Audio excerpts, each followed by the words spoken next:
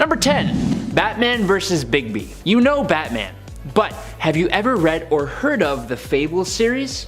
It's one of my favorite comic series. It basically follows classic fairy tale characters living in modern day New York. The Big Bad Wolf, otherwise known as Bigby Wolf, is the sheriff of their community. In 2021, we got the limited DC Black Label series Batman vs. Bigby, A Wolf in Gotham, which is a collaboration between these two comic worlds, with Bigby as a main suspect for murders in Gotham.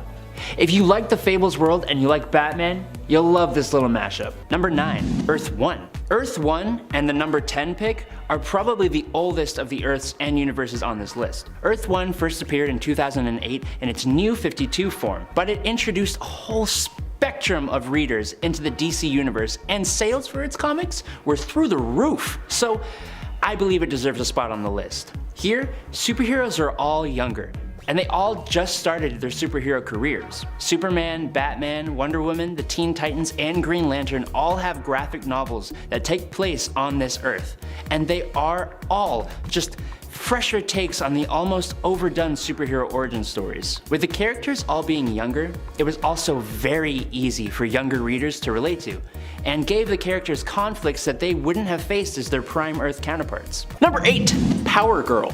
There have been many versions of Supergirl throughout the years.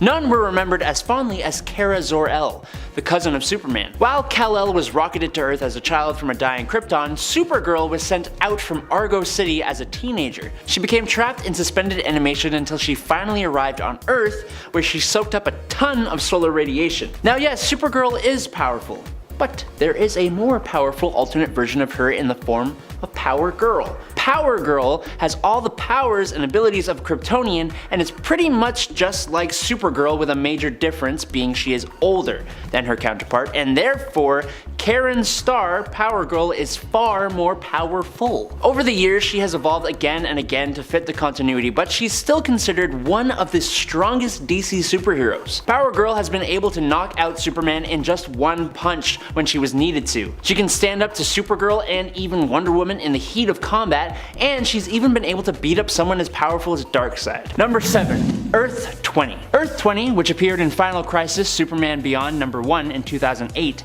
is the home of Kent Nelson, otherwise known as Doc Fate, and he is so cool. Basically, he leads the Society of Superheroes on Earth 20, which is a group that includes Lady Blackhawk, Immortal Man, the Green Lantern, the Mighty Atom, and Batman from time to time.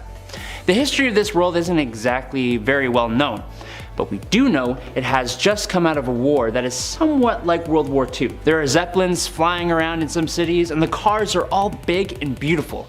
It's got a very slick 20s style. The heroes of this world would do righteous battle against a society of supervillains from Earth 40 in a huge 5-year war. My goodness. Number 6. Batman White Knight. I cannot recommend this 2017 story enough to you guys.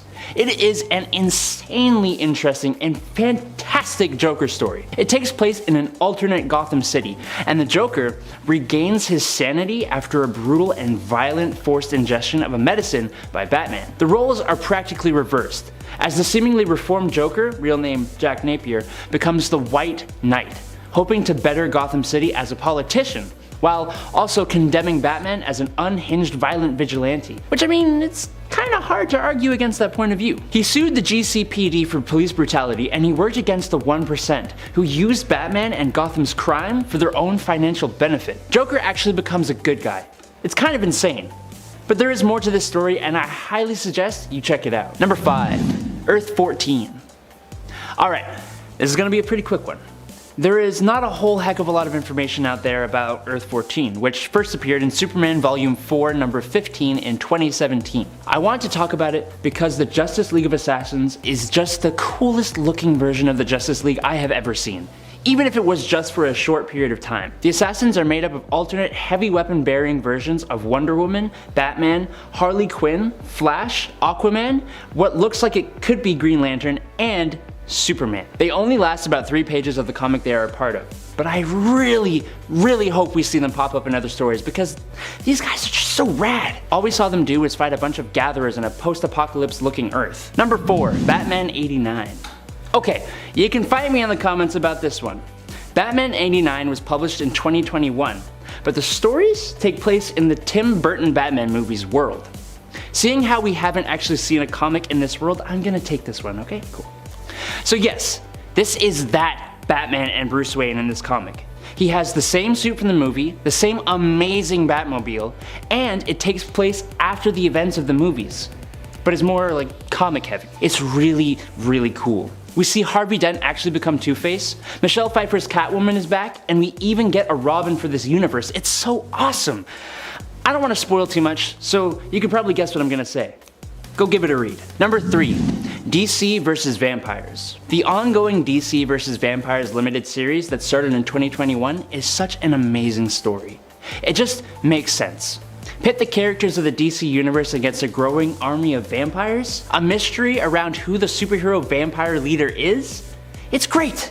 The basic premise, without spoiling much, is that Mary, Queen of Blood, who upholds the peace between vampires and humans, is dead. Whoever killed her also killed the Legion of Doom, and has made a plan for vampires to take over the world. Andrew Bennett, a vampire, went to the Justice League to tell them about the army of vampire supervillains. There's a vampire Gorilla Grodd, like, come on. The story has a large Batman and Bat family presence, as a story about vampires should, and for a story so grim, it actually has some really funny moments. Especially from Damian Wayne, as I'm sure no one is surprised by. Number 2, DC Bombshells. DC Comics Bombshells is an awesome story from 2015 that focuses on a reality where a team of female superheroes fight on the side of the Allies during World War II. It actually first came to be because of a line of statuettes released by DC with superheroines wearing retro 40s inspired costumes.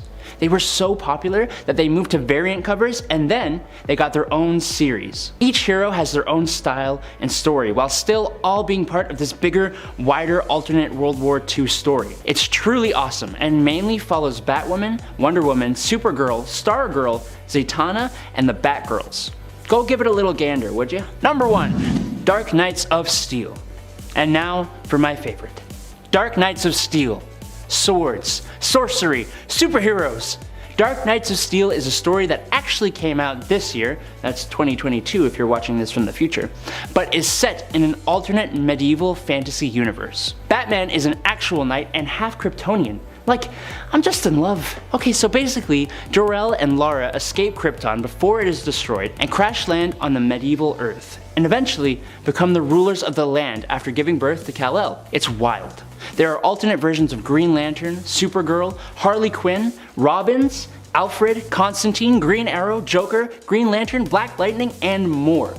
I love to see comic book publishers do these time-displaced stories. It's great. Number 10. Earth 3. The post-Flashpoint Earth 3 is similar to its pre-Flashpoint Earth, but way better. This Earth is the birthplace of evil. The mentality here isn't good versus evil, it's more like just evil. Strength is respected more than anything else, with the weak basically being annihilated. Instead of the Justice League, Earth 3 is home to the Crime Syndicate of America, whose members include Ultraman, Superwoman, Owlman, Power Ring, Johnny Quick, Sea King, The Outsider, Grid, and John Johns. Earth 3 was reintroduced in 2013 and has played a part in Darkseid War in 2015, Dark Knight's Death Metal in 2020, and in 2021 it was reborn again in the Infinite Frontier story. Like I said, when we started, the DC universe is complicated, but what's remained the same since 2013 is that some of the coolest stories come out of Earth 3. Number 9. JSA, The Liberty Files. The Justice Society of America, The Liberty Files, was a DC Elseworlds story from 2000 to 2003, which makes it non-canonical. Any story that lets writers go outside the rules of the DC canon always makes for stories that I personally love. Alright, so what's it about? The series took characters from the JSA, but turned them into covert government operatives in World War II. Specifically, the story centered on 3 heroes: Batman, called Bat, Hourman, called Clock, and Dr. Midnight, called Owl. I know, really creative names. The 3 were known as the Unholy 3, and their mission, at least in the Part 1 story, is to find Jack the Grin, who is the Joker, who has information about the German weapon Übermensch, or Superman. Number 8.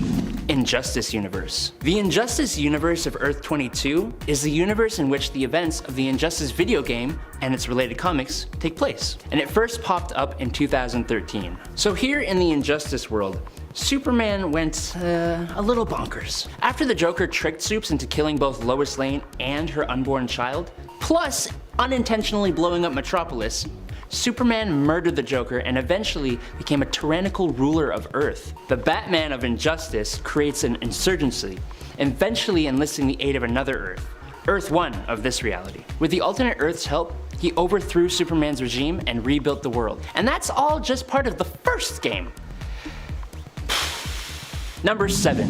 The 53rd World. The 53rd World, named by the smart primates who live there, was a world unknown to the rest of the multiverse. It's set in a near future where presumably the world is inhabited by super smart apes, like Planet of the Apes style. Oh, and also, immortality was achieved in 2067, meaning that yes, all these ultra smart apes are immortal. We know that there exists alternate ape versions of Superman, Batman, the Atom, and Aquaman. The existence of this Earth was first revealed in 2018's Dark Knight's Rising: The Wild Hunt, when Detective Chimp was beginning to lose his intelligence. The ape heroes show up, recruited by Raven, Cyborg, and the Flash to help with the dark multiverse, saying they were here to help. Obviously. Detective Chimp, accompanied by the apes of the 53rd Earth, plus Flash, Cyborg, and Raven, go to help Earth Zero's Justice League fight the dark multiverse forces. That's kind of all we know about the 53rd Earth. I want more super apes! Number 6. Archive of Worlds. The Archive of Worlds isn't so much an alternate Earth, it's actually an artificial multiverse which contains pocket dimensions in the form of film reels. Now that's just kinda nuts on its own, but then take into account the fact that it was created by a mad god, dceu, who is the god of tales, who is jealous of the new god of tales, which is the internet. It's pretty nuts. He tried to steal the new god's soul and was instead encased in a Wayne Tech satellite where he created the Archive of Worlds. First appearing in Batman/Superman Volume 2, number 16 in 2021, the pocket dimensions include a world where Superman never came to be, as well as one where Batman never came to be, a world based on hell, a western world, a world based on the life of Alana Strange, and so many other unnamed worlds. Auteur.io eventually was cured by Batman, and he instead became Observer.io, which is a lot nicer. Number 5. The Linear Verse. The Linear Verse is an alternate reality where the people age so slowly that it's almost safe to say they don't age at all. Batman began his career in 1939, with his youth lasting for decades instead of the normal aging of a human. In a way, this kind of represents how comic book characters seemingly never age and grow old, except in certain stories. By the late 20th century, the world had most of its superheroes. After this point though, things get a little whack. See, Earth became a dystopia ruled by the wealthy, which, I don't know, it seems a bit too real for me. And a great disaster was foreseen that actually came to pass. And the world became very similar to the one in the Earth AD story. Anthropomorphized animals had become the rulers of the planet, with humans devolving, save for Kamandi and a few others. Then, in the 25th century, humanity seemingly built a high-tech society, which saw the rise of Michael Carter, who is Booster Gold. In the 31st century, Earth became the base of the Legion of Superheroes, who were an interplanetary superhero team. This world is just a wild ride. Oh, and it first appeared in Generations Forged number 1 in April of 20... Number 3! Captain Atom. Nathaniel Atom was transformed into Captain Atom in the 60s after being semi-forced to participate in a potentially fatal experiment sitting at ground zero of a nuclear explosion encased in an alien metal. The explosion didn't kill him though. What it did do was bond the alien metal to his flesh, giving him superpowers and throwing him 20 so years forward into the present day. The alien metal gave him incredible abilities such as flight, matter manipulation, energy manipulation, time manipulation, energy absorption, telepathy, spatial manipulation, quantum manipulation, force field creation, time travel, magic, and mind manipulation, and control of the quantum field. These powers have let him perform some insane feats, like creating a universe within the quantum field and later destroying that universe. fighting Superboy Prime, easily defeating a team composed of multiple versions of Atom, before absorbing them and creating an explosion powerful enough to destroy a universal space-time continuum. He is truly an insanely strong being, and I would be ashamed to not include him on this list. Number 3.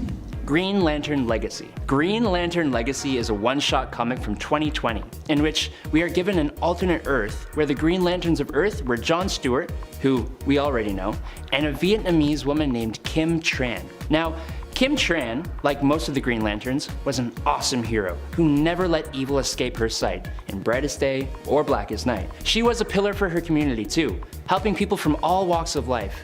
And she even helped other Vietnamese immigrants feel at home in this new city. The comic, though, really follows Tai Pham, who is Kim Tran's grandson, as he takes up the mantle of Green Lantern from his grandmother, becoming one of the youngest Green Lanterns at 12 years old. We see him struggle with racism, bullies, his own fears, and against the Yellow Lantern. It's a great story, and it gives some well-needed Vietnamese representation to the DC landscape. Give it a read!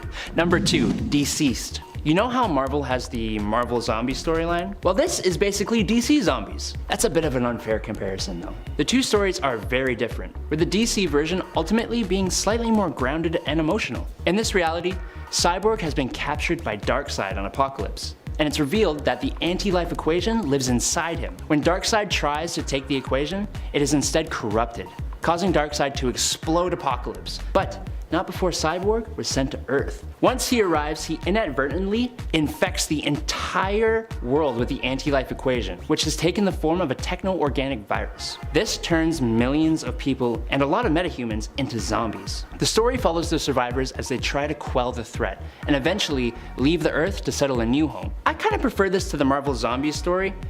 I don't know, it's a survival story instead of a funny zombie story. I like it. Sue me. Please don't sue me. Number 1. Dark Multiverse. First appearing in Dark Knight's Metal #1 in 2017, the Dark Multiverse is basically the shadow version of the regular DC universe that resides underneath the primary one. So there are negative versions of the 52 Earths of the regular multiverse, but it was also originally the World Forge, meaning it has so many more worlds. For example, there are worlds born from sentient life's hopes and fears. Honestly, each world here could take up a point on this list, but it feels like that's cheating a little. The World Forger was the master of this domain and created the Great Dragon, Barbados, to destroy unstable realities that couldn't join the Orrery of Worlds. Barbados, manipulated by Perpetua, rebelled and defeated the World Forger, creating the Dark Multiverse. A lot more happens after that, but I can't cover that in a 1-minute segment, so Dark Knight's Metal is an amazing story and it deserves your reading. Number 10. Dark Multiverse Superman. Now, I don't know if this is laziness, but the Dark Universe version of Superman doesn't really get much justification as to why his mind snapped and he killed millions of people, his own family, and most of the other superheroes. The Batman of this universe, after seeing this Superman kill his own wife, and after he cuts off Batman's arm, decides that this guy just ain't it. And he transformed himself into a doomsday Batman hybrid called the Devastator, and smashed down this Superman, poisoned him, and impaled him on spikes. A quick evil Superman story, but it was in service of an amazing Batman story. Number 9. Lex Luthor Superman. Okay, this evil Superman isn't technically Superman, but when Superman and Doomsday are both killed by each other, Earth Prime's Lex Luthor returns to Earth after getting bored of being the new Darkseid on Apocalypse, and learns of Superman's demise. Lex Luthor, with the help of his superpowered armor, steps in and makes himself the new Superman. I mean, not really Lex, but sure, we'll just give this one to you. Now, he had some good intentions, but it's Lex Luthor. He wasn't exactly the best person for the job. After having multiple falling outs with the new real Superman, pre-Flashpoint Clark Kent, he gave up the title of Superman and started acting as an independent hero, and sometimes a villain. Number 8. Parallax Superman. In this story, Parallax, the physical embodiment of fear, took over the body of Kal-El, making him submit to Laxi by torturing children, and uses this Kryptonian's powers to confront Sinestro, who traps the cocky super entity and teleports him to the caves of Quard, where Sinestro tries to take Parallax out of Superman's body for his own evil plans. But surprise! Parallax has already escaped Superman's body, and a battle ensues between Sinestro and Parallax, leading to the surface of Quord. Superman escapes from the caves and in a last-ditch attempt to defeat the entity, steals Sinestro's power ring and coerces Parallax to swallow his super butt whole. Superman is a clever guy though. He traps Parallax inside the power ring and the day is saved. Gosh, a lot of plot twists there. Number 7. Hank Henshaw.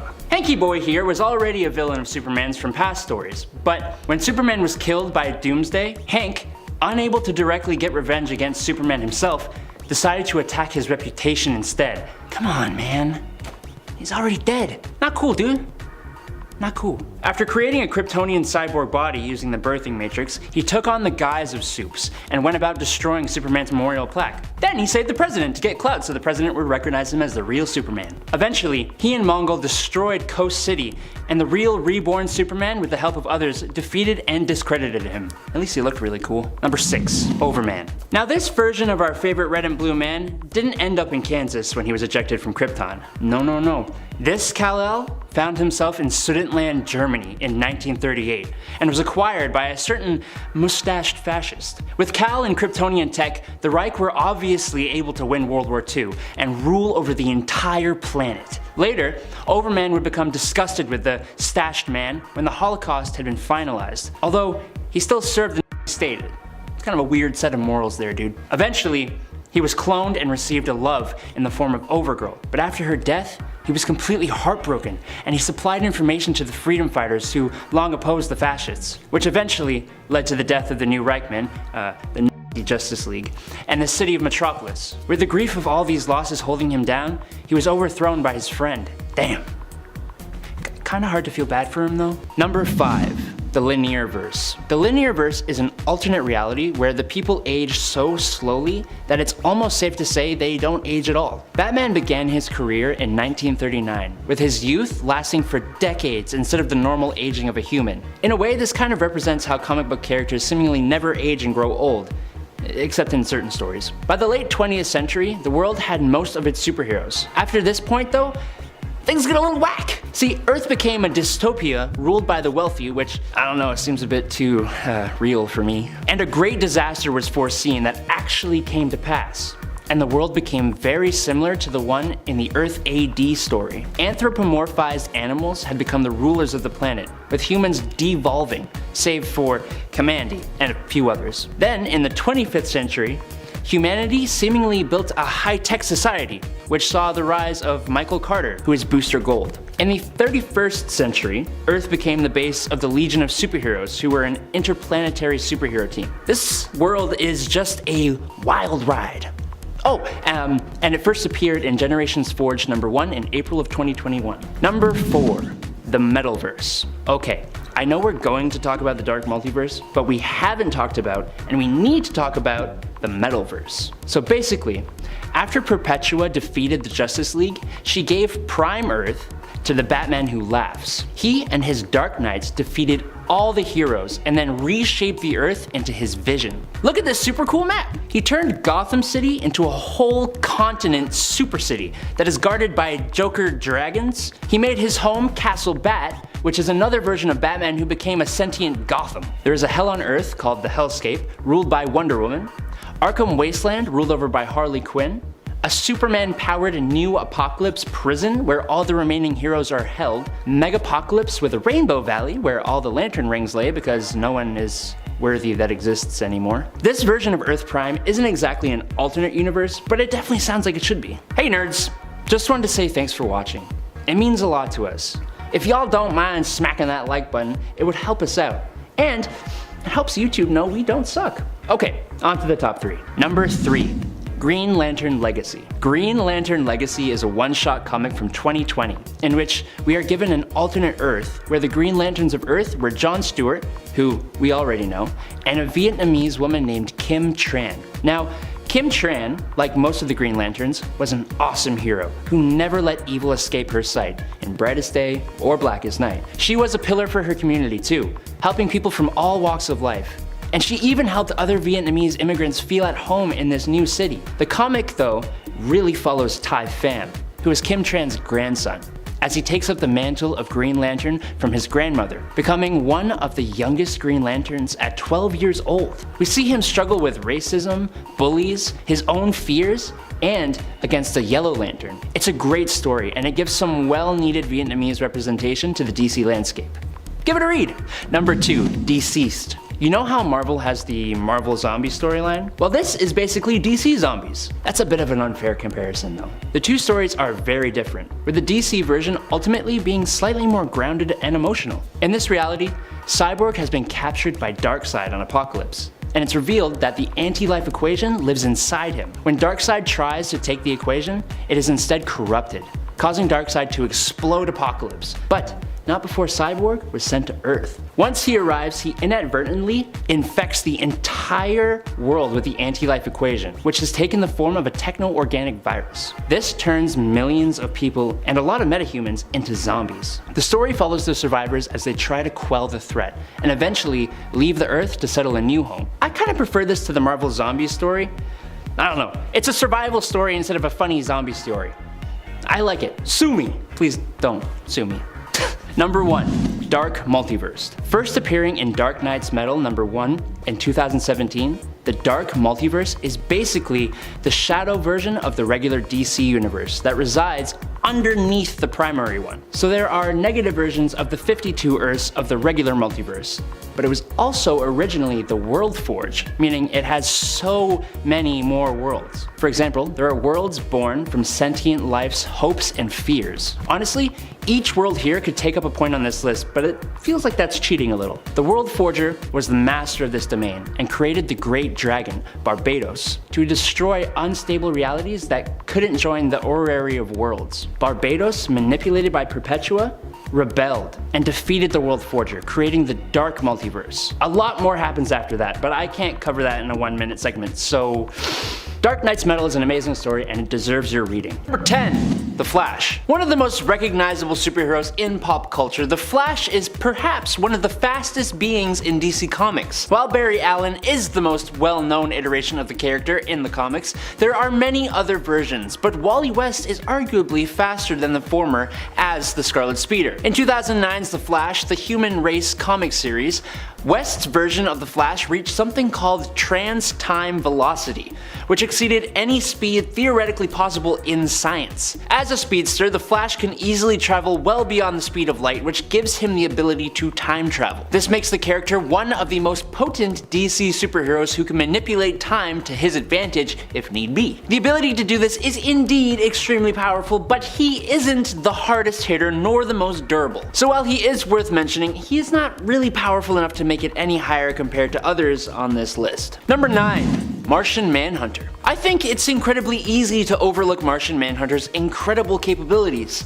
Yes, he is more well known for being a telepath and a shapeshifter, but this guy packs a hell of a punch with the Martian abilities of phasing, Martian vision, and density alteration. Now, his probably most powerful form was when he became Furnace, completely negating his weakness for fire. But Furnace was a villain and therefore cannot be on this list. But in DC 1,000,000, we get a John Johns who leads a war against Darkseid and gets him to surrender to the Source Wall, becoming trapped inside of it. The Source Wall in return gave John one wish. His wish was to become one with Mars, meaning John became a living planet while maintaining his multiversal telepathy and his genius intelligence. We don't get to see much of this version of John, but we can guess a lot of things about this version. Firstly, his weakness to fire is probably non-existent, because I mean, people gotta make fire on the planet, you know? We can probably assume John keeps his other Martian abilities to a degree as well, and there's also the possibility that the passage of time has increased those natural abilities considering he's defeated Darkseid. We can also assume he would now also have the powers that usually come with being a living planet, like weather manipulation and control of the elements. He can control the sands of Mars to an incredible degree too, so there's that as well. Number 8, Earth 15. Earth 15 first appeared in 2007 in Countdown number 30. This Earth was basically a perfected Earth with heroes who evolved to become nearly perfect beings, with most of the proteges like Jason Todd, Donna Troy, Zod, and Kyle Rayner taking over the original heroes' roles. That is, until the events of Flashpoint, when it was destroyed by the crazed Superboy Prime. That little rascal. The still existing dimension became a graveyard universe, eventually being modified by Hal Jordan into an Earth whose heroes had personalities opposite to the Prime Earth versions. It's an interesting place for sure, and some interesting things have happened in it.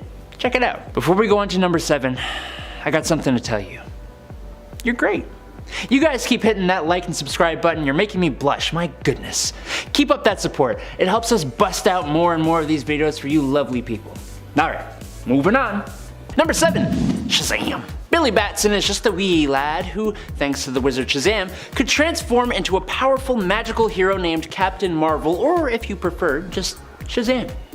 By saying his magic word, he gained an array of attributes including the wisdom of Solomon, the strength of Hercules, the stamina of Atlas, the power of Zeus, the courage of Achilles, and the speed of Mercury. Shazam has proven himself to be nearly as strong as Superman, with the two having fought to a draw many times, with Shazam actually having an edge in the form of his magical abilities. Shazam defeated foes as powerful as Black Adam multiple times and went pound for pound, shot for shot with godlike people such as Hercules and the Spectre. And that's before we even get into Jokerized Shazam or even pre-Crisis Shazam, who had basically unlimited strength. Like so much so that he pulled the Earth back into spinning again. I don't know how it stopped spinning, it seems kind of like it would be impossible, but comic books, okay? He's been shown to be as strong enough to move planets and survive nearly the same amount of stuff as Superman, so I'm gonna place him here comfortably. Number 6.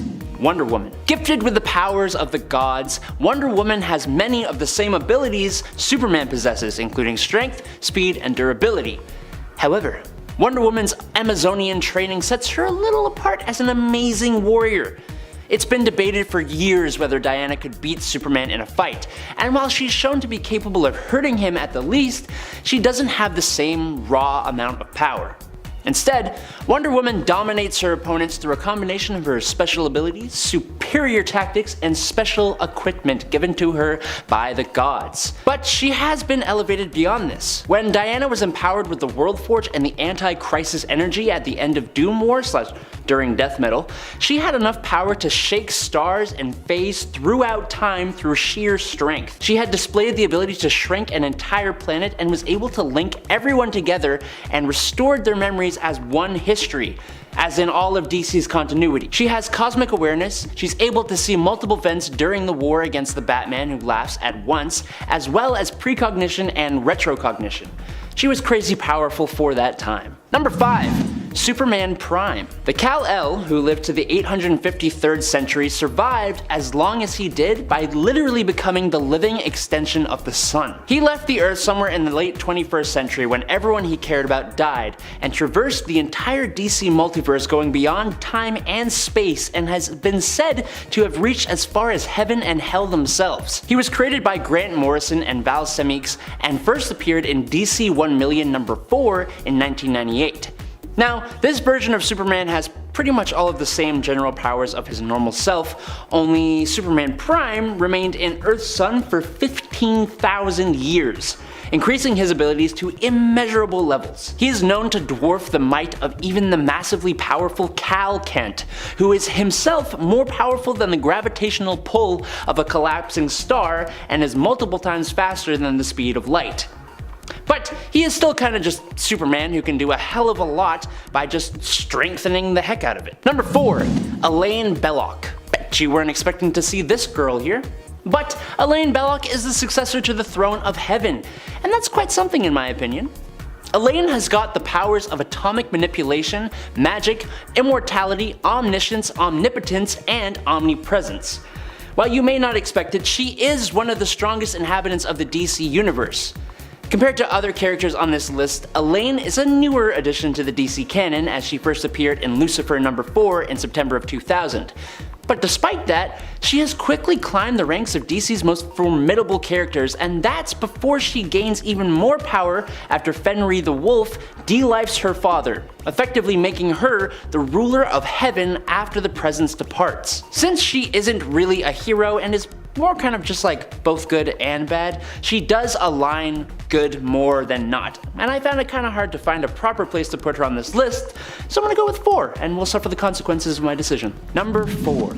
The Metalverse. Okay, I know we're going to talk about the Dark Multiverse, but we haven't talked about, and we need to talk about, the Metalverse. So basically, after Perpetua defeated the Justice League, she gave Prime Earth to the Batman who laughs. He and his Dark Knights defeated all the heroes and then reshaped the Earth into his vision. Look at this super cool map! He turned Gotham City into a whole continent super city that is guarded by Joker dragons. He made his home Castle Bat, which is another version of Batman who became a sentient Gotham. There is a hell on Earth called the Hellscape, ruled by Wonder Woman. Arkham Wasteland, ruled over by Harley Quinn. A Superman-powered New Apokolips prison where all the remaining heroes are held. Megapocalypse with a Rainbow Valley where all the lantern rings lay because no one is worthy that exists anymore. This version of Earth Prime isn't exactly an alternate universe, but it definitely sounds like it should be. Hey nerds! Just wanted to say thanks for watching. It means a lot to us. If y'all don't mind smacking that like button, it would help us out. And it helps YouTube know we don't suck. Okay, on to the top 3. Number 2, the Spectre. One of the most powerful beings in the DC universe is the Spectre. He is the biblical god's spirit of vengeance. He blesses whoever his host is with nearly unlimited magical potential, flight, invisibility, and intangibility. The Spectre can inflict death with a glance, revive dead men, materialize in multiple locations simultaneously. He has molecular reconstruction. He can heal wounds with a touch and can teleport as well as alter his size, implying he has matter manipulation abilities. The power of the Spectre is so great it needs a human host to keep him in check, which doesn't really make sense. Jim Corrigan, Hal Jordan, and Crispus Allen have each taken control of the spirit of vengeance in order to enact their own versions of justice onto the world. One of the Spectre's most impressive physical feats is the fact he could engage the Anti-Monitor in hand-to-hand combat for control of all creation. It's hard to find heroes more powerful than the Spectre, but there is one. Number 1. Dr. Manhattan. When I began to look up just what John Osterman, otherwise known as Dr. Manhattan's powers and feats were, well, the list could kinda take up nearly half the length of this video.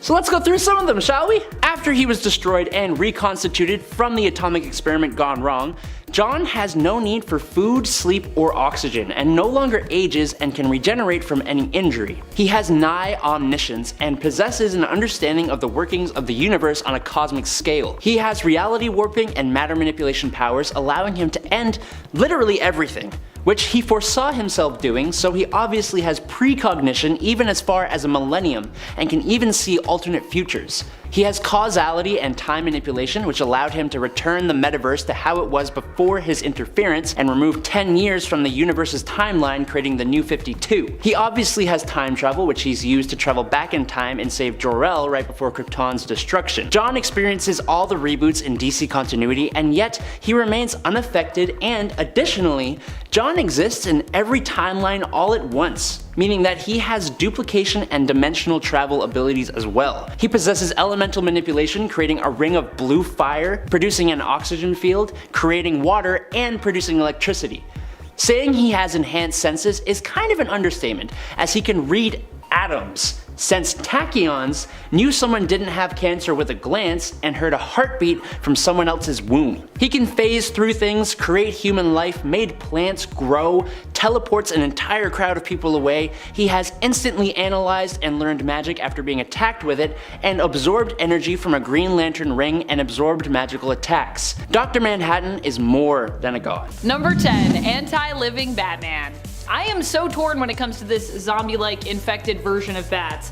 He hails from the deceased universe, where he ends up tragically being infected by the anti-life equation and turned into a member of the anti-living, a mindless, violent zombie. However, before this happens, Batman is one of the first to figure out just what is really going on, and to try to find a cure or a way to stop it. In the end, however, he gets infected, and despite trying to slow down the infection with one of Mr. Freeze's cryo suits, succumbs to the virus. He doesn't stay a zombie-like anti-living being for long though, as Alfred Pennyworth, his butler, puts him out of his misery. Really, his whole transformation is just like making preparations, passing on vital information to those not yet infected, and saying goodbye to his son, Damian Wayne. So like, he's a monster, but like, it's a really sad journey getting there. Number 9. Owlman. Owlman, or Thomas Wayne Jr. of Earth 3, isn't a monster in the physical sense, but certainly in the personality department. If you haven't heard of Earth 3, it's basically a place where strength is praised above all else, and it's home to the Crime Syndicate of America, which is the evil Justice League. basically. Thomas is about as bad as you can get. For example, as a kid, he believed his parents were mismanaging their money, so he decided to kill them in cold blood. His younger brother Bruce protested to this, and he too was killed. He took the city of Gotham for his own through fear, bribery, and blackmail. He killed the family of Richard Grayson to make the boys susceptible to his influence. He even had a strange affair with Ultraman's partner, Superwoman. Owlman is a bad dude. Number 8. Batman the Silenced. One of my favorite things about the DC multiverse is that we don't just have the multiverse. We also have the dark multiverse. Or we had the dark multiverse. Anyways, still, I'm confident it will return given time. Just give it enough time and everything comes back around, baby. Thank you, comics. The Dark Multiverse is like the Elseworlds' dark reflection, and when it comes to the anthology series Tales of the Dark Multiverse, or Tales from the Dark Multiverse, one or the other, often offered to readers in small batches with creative teams presenting their own dark realities and twists on classic DC tales. One such character and tale that gets twisted in the Dark Multiverse is Batman's Hush. In this world, the roles become reversed, with Thomas Elliot taking over Wayne Enterprises and locking Bruce away in Arkham Asylum, after Bruce moved in with the Elliot family following the death of Martha and Thomas Wayne. However, Elliot isn't Batman in this reality, but a corrupt senator and business owner. It's not a straight role reversal, working with the League of Assassins. Bruce, however, is not as crazy as he seems, and he ends up escaping Arkham and becoming the Silenced, in essence an anti-hero out for revenge on Tommy, whose character design resembles Hush. Did I mention how creepy he is, by the way? He's super creepy. Number 7. Leatherwing. According to Earth 10's history, the Axis powers managed to achieve history in World War II. With the National Socialist Party victorious, Bruce became a willing agent of their perverse plans, taking on the identity of Leatherwing. As you can imagine, this guy wasn't too great. Holding the beliefs set out by the powers that ruled, he was against interracial relationships, he believed in a master race, and he held up the many fascist ideals of his team, the New Reichman. Thankfully, the New Reichman were betrayed by their leader Overman, who still knew that this way was the wrong way. Still a crazy racist Batman. Gives me chills. Number 6. Red Death. Another villainous version of Bruce Wayne, Red Death also hails from the Dark Multiverse. If you can't tell, I really like the Dark Multiverse. However, he doesn't come from the Tales of the Dark Multiverse series, but is rather one of the Batman Who Laughs Dark Knights. The Dark Knights are basically like an evil collection of Batmen from across the Dark Multiverse, each one standing in or representing a member of the Justice League. Red Death represents the Flash. In his reality, Bruce Wayne was pushed to the limit after losing so many of his sidekicks, believing that he would be better at using the Speed Force than Barry Allen. He stole the Speed Force from him and then proceeded to use it to kill all of his enemies, becoming known by the speedster and villainous mantle of Red Death. Number 5. Injustice League.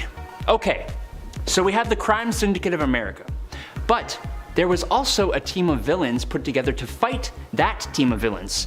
So, sort of technically making these villains heroes, but also not really because they're still villains. Right?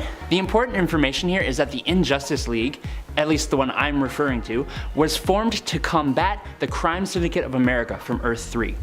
The team's villainous members included Bizarro, Black Manta, Black Adam, Catwoman, Deathstroke, Sinestro or Parallax, Captain Cold, and they were formed and led by Lex Luthor. The team first appeared in Forever Evil number 3 in January of 2014 when the Crime Syndicate of America invaded the Prime Earth universe and tried, and very nearly did, take over the world. At number 4, we have the Injustice Syndicate. I know, lots of groups with Syndicate and Injustice in their names. Well, that's because this evil version of the Justice League actually exists as a sort of combination between the Injustice League and the Crime Syndicate, both of which are included in this list respectively.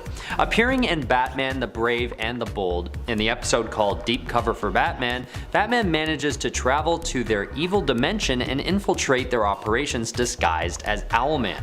He sees that this group comprises of an evil version of himself, along with other evil alternate versions of other heroes he knows and works with. While eavesdropping, Batman learns of their plans to, destroy other universes entirely, which, of course, he feels is something he needs to put a stop to.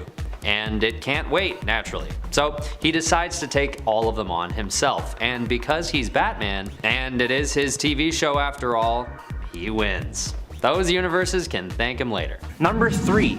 the Joker League. In Emperor Joker #1 of October 2000, the Joker has gained 99.99% of the reality warping powers of the fifth dimensional being, Mr. Mxyzptlk, and he used them to completely warp the world into an insane offshoot of our real world. In this Joker world, he has put together an evil, insane version of the Justice League called the Joker League of Anarchy. The team members include some characters we've seen before, such as Bizarro #1, Enigma, who's the Riddler, Gravedigger Lad, who is actually Jimmy Olsen, Lois Lane, Harley Quinn, and Poison Ivy. He has also created completely new characters that are wholly original to this story: Ignition, Bounty, Schism, and Scorched. He even has Lex Luthor as a jester. They are basically just the henchmen of this already pretty much all-powerful version of the Joker. Just another way of keeping him entertained, it seems. At number 2, I'm putting the Injustice League from the video game Injustice: Gods Among Us. Most of us already know how this story goes, but in case you don't, this is one of the cooler and more well-written storylines about an evil alternate version of the Justice League. In most cases on this list, these evil groups are created by an alternate reality, which is always fun but pretty simple to come up with. But this storyline shows a radicalized Superman leading the Justice League to the dark side. And like I said, this isn't because he's an evil version of Superman or one that's possessed by some evil force. He's genuinely turned to evil after the Joker tricks him into killing Lois Lane. So to combat this new unexpected evil force, Batman decides to bring in other members from the Justice League from another universe, and the result is some pretty great fighting gameplay. And right as the game was being released, a comic book series of the same name was also being released in tandem, serving as a prequel to the game. Where you can derive general story points from the game itself, most of the backstory I just explained actually comes from the comics. It's cool to see the video game and comic book worlds working in tandem, and they make a pretty cool new storyline that I figure has to be ranked pretty high on this list. Number 1, the Crime Syndicate of America. The Crime Syndicate of America hails from the strength-obsessed Earth 3, and is a twisted, evil version of many characters who make up the main universe Justice League of America. Its members include Ultraman in place of Superman, Thomas Wayne Jr., aka Owlman, and Alfred Pennyworth as the Outsider, Superwoman, who was Lois Lane at one point and Donna Troy at another, the cowardly Harold Jordan and vengeful John Stewart, who are both Power Ring, which are evil Green Lanterns, at different times, John Allen and John Chambers separately also as Johnny Quick, Atomica, Sea King, Deathstorm, Grid, and John Johns. They come into contact with the main universe many times, and they almost always spell out bad news, as you'd expect from the antithesis to the Justice League of America. In at 10, Hyena. Hyena, first introduced in Legends of the Dark Claw #1 from 1996, is a combination of DC's The Joker and Marvel's Sabretooth. He is the archenemy of Darkclaw, a combination of DC's Batman and Marvel's Wolverine. His real name is Creed Harley Quinn. The Canadian government initiated the Weapon X project. Logan and Quinn of the RCAF were both accepted as candidates for the project, along with 4 other volunteers. Logan's latent metamutant healing factor kicks in, which allows him to survive the adamantium crafting process, and Creed survives as well, but becomes a remorseless killing machine, exactly what the project was hoping for. Creed's sanity does not fare as well, and he eventually goes rogue, because of course he's going to. And Indestructible, known as adamantium, was also bonded to Creed's skeleton as well as Logan's, and he was given claws made of the same substance. Unlike Darkclaw, however, Creed was physically deformed as a result of the experiment and went insane. Project X also triggered metamutant abilities in Creed, who became known as Hyena. Hyena, also known as the Cackling Canine, will not stop his maniacal grinning until his arch nemesis Darkclaw is destroyed. He also has a gang called the Pack, which is actually kinda cute, but still terrifying. And at 9, Martha Wayne. When Barry Allen altered the timeline so that his mother lived, a lot changed, along with Martha Wayne. She had initially been the mother to Bruce Wayne, who would have become Batman when she was killed in the alleyway by Joe Chill, but Barry's mom surviving somehow resulted in her and her husband, Thomas Wayne, surviving Joe Chill's fateful ambush, but their son dying as a result. Butterfly effect, I guess. This ultimately broke her, driving her completely insane from grief and having her adopt the identity of the Joker, as well as committing various various crimes in Gotham, also resulting in Thomas becoming a vigilante known as Batman in an attempt to stop her. By the time of the Flashpoint saga, she had kidnapped the twin sons of Harvey Dent without leaving a ransom note, and then, at her hideout in Wayne Manor, manipulated Commissioner Gordon into shooting the daughter by dressing her up in a Joker outfit, and then murdered the Commissioner. Eventually, Batman arrived and she had proceeded to bludgeon her former husband with a hammer, an action that Batman willingly endured for a chance at getting a glimpse of the remaining psyche of his former wife. Ultimately, he managed to temporarily get through to her and revealed that they may have a chance of actually undoing the events that happened, although it may result in her deaths. She accepted though, because she wanted her son to live, but apparently not become Batman. And at 8, Suicide Squad. The Joker is an infamously extreme and formidable psychopathic crime lord in Gotham City in this movie, being at the very top of the city's criminal underworld, greatly feared by all those other crime bosses and criminals. Though he is devoid of empathy or pity for anybody taking part in his wicked schemes, either by intimidation or fraud, the Joker used to adore his on-again off-again girlfriend and partner in crime Harley Quinn, doing his utmost to rescue her from Task Force X and the clutches of Amanda Waller, with eventual success. I mean, like, he was in the movie for like 5 minutes total, but like, it's better than nothing, right? For unknown reasons though, he later broke up with Harley, leaving her on her own and the target of many of his enemies. This version from the DCEU was certainly a darker and more brutal Joker than what we've been seeing in the comics now, not relying on Batman and being more willing to kill like he was in the golden age of comics, much along the lines of the 3 Joker revelation from the Mobius chair, since this version also killed Robin in the DCEU prior to the events of the movie. However, some also believe that the Joker is a mentally unstable version of Robin,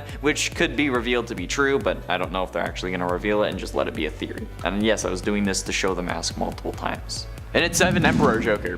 Emperor Joker was the form the Joker took after tricking Mr. Mxyzptlk into donating 99.99% of his powers to the Joker. He gave him 99.99% of his powers accidentally. As a direct result, he became near omnipotent and created a hellish world in his own image. At some point, the imp from the 5th dimension, Mr. Mxyzptlk, attempted to see what a member of the regular realm would do with his power and selected the Joker. He intended on only donating 1% of his power to the Joker, but the Mad Clown tricked him into revealing his true name and thus ended up gaining 99.99% of the powers, and proceeded to transform existence within 69 seconds. Nice. Into a realm made in his own image, which was a twisted caricature, and with everyone stuck in a loop. Emperor Joker continually tortured and killed Batman every single day, only to bring him back to life and do it all over again. As could be expected, Emperor Joker took pride in these particular killings due to the unique relationship the 2 characters continued to share. Although this relationship is also the Joker's undoing, since he was still defined by being the Batman's antagonist, and he was beaten by a dog of all things. Okay, well, it was Superman as a dog, but still. Joker with near absolute power? No thanks. And at 6, Batman Two-Faces. Batman Two-Faces is the DC equivalent to the Dr. Jekyll and Mr. Hyde story, where ironically, Harvey Dent, also known as Two-Face, isn't the one with the Hyde affliction, but rather Batman himself is. It's the year 1886. Bruce Wayne is organizing a gala to exhibit the Twilight Orchid, a rare flower with unique characteristics. During the day, the flower is exquisitely colored and perfumed and attracts a large amount of insects. At night, however, it turns into a weed, attracting only pests. I know a few people like that. Miss Pamela Isley, Bruce Wayne, Commissioner Gordon, and many of Gotham's finest attend the gala where Two-Face storms in and steals the flower. Bruce reveals that he had hoped to actually create a potion derived from the flower, which was retrieved from Miss Isley's dead hands. A potion which would cure Two-Face from his dual personality. Finalizing the potion, Bruce tests it on himself. He suddenly develops superhuman strength, agility, and a new sense of courage and purpose. He puts together a costume and sets off to battle crime on Two-Face's terms. However, this potion didn't only give him powers, it gave him another personality. The personality of the Joker. Yeah, that's right. In Batman Two-Faces, Bruce Wayne is the Joker, which is pretty frightening for sure. Number 5. Injustice Superman. The Superman of the Injustice universe has pretty much the same history as the baseline Superman, but when the Joker kidnaps the pregnant Lois Lane, it lures Superman into a trap of fear gas. In his poisoned state, Superman hallucinates his true love as the villain Doomsday and instantly attacks, flying Lois and his unborn child into space, killing them, and inadvertently causing a nuclear bomb to destroy his city, Metropolis. After suddenly losing his city, wife, and Baby, Superman goes into an honestly understandable rage. Bursting into the interrogation room where Batman is learning the true intentions of the Joker and plunges his super fist right through the guy's chest. Following these events, Superman takes control of the Earth and rules it as a tyrant. Fortunately, Batman forms an insurgency to try and beat this corrupted Superman, eventually enlisting the aid of another Earth's Justice League, and I guess technically whoever plays the tied-in video game, to defeat him and save the day. Number 4. Brutal. Brutal is a cloned version of Superman, but unlike a certain bizarre version of Superman, who we will talk about later, don't worry, this duplication was done by none other than Darkseid himself. He raised the resulting clone into a soldier, nay, a weapon, and unleashed him on the superheroes of Earth 2, along with Steppenwolf and the other Hunger Dogs, but they don't really matter. When Steppenwolf tried to subvert his master Darkseid and take Earth as his own, brutally murders him with his heat vision, establishing his devotion to his Lord Darkseid. Let me make my intentions clear. Hail Darkseid! Which is just a sweet line after you murdered a general of Darkseid. The Earth became lost to Darkseid's minions, and eventually, after a lot of other stuff, Kal-Zod, Earth 2's Superman, faced Brutal in combat, and after a furious battle, showed that Brutal was just an imitation, and a cheap one at that, as his body began to deteriorate, and the day was saved. Again. Hey guys, just wanted to say a quick thanks for watching. We hope you're enjoying the video. If you are, why not head on over to that pretty little subscribe button and give us a follow and a like. You guys are the reason we can even be here in the first place. Love you! Okay, on to the top 3. Number 3. Super Doom. On Earth 45, Lois Lane, Jimmy Olsen, and Clark Kent are scientists instead of reporters, and they use their smarts to build a machine that can turn thoughts into reality, which, I mean, how the heck did they think that was a good idea? I can think of 10 things right now that should never become reality. Anyways, using the aforementioned thought-to-form machine, they try to create a being called Superman, who would be capable of doing amazing things and who could save worlds. But when they are forced to sell their idea to Overcorp, they decide to rebrand and end up creating a monstrosity. Superman, the Last Night of Tomorrow. Or Super Doom. With a corporate-fueled agenda of destroying all competition, Super Doom quickly becomes the strongest super being on its own planet, and then enters the bleed space to murder all other versions of Superman. Of course, bad guys never win forever, so after defeating and devouring multiple different Supermen of multiple different Earths, he was stopped by the Superman and Lex Luthor of Earth 22, who stranded him between universes. He's since been used in a few other storylines and remains one of the most formidable evil versions of Superman to this day.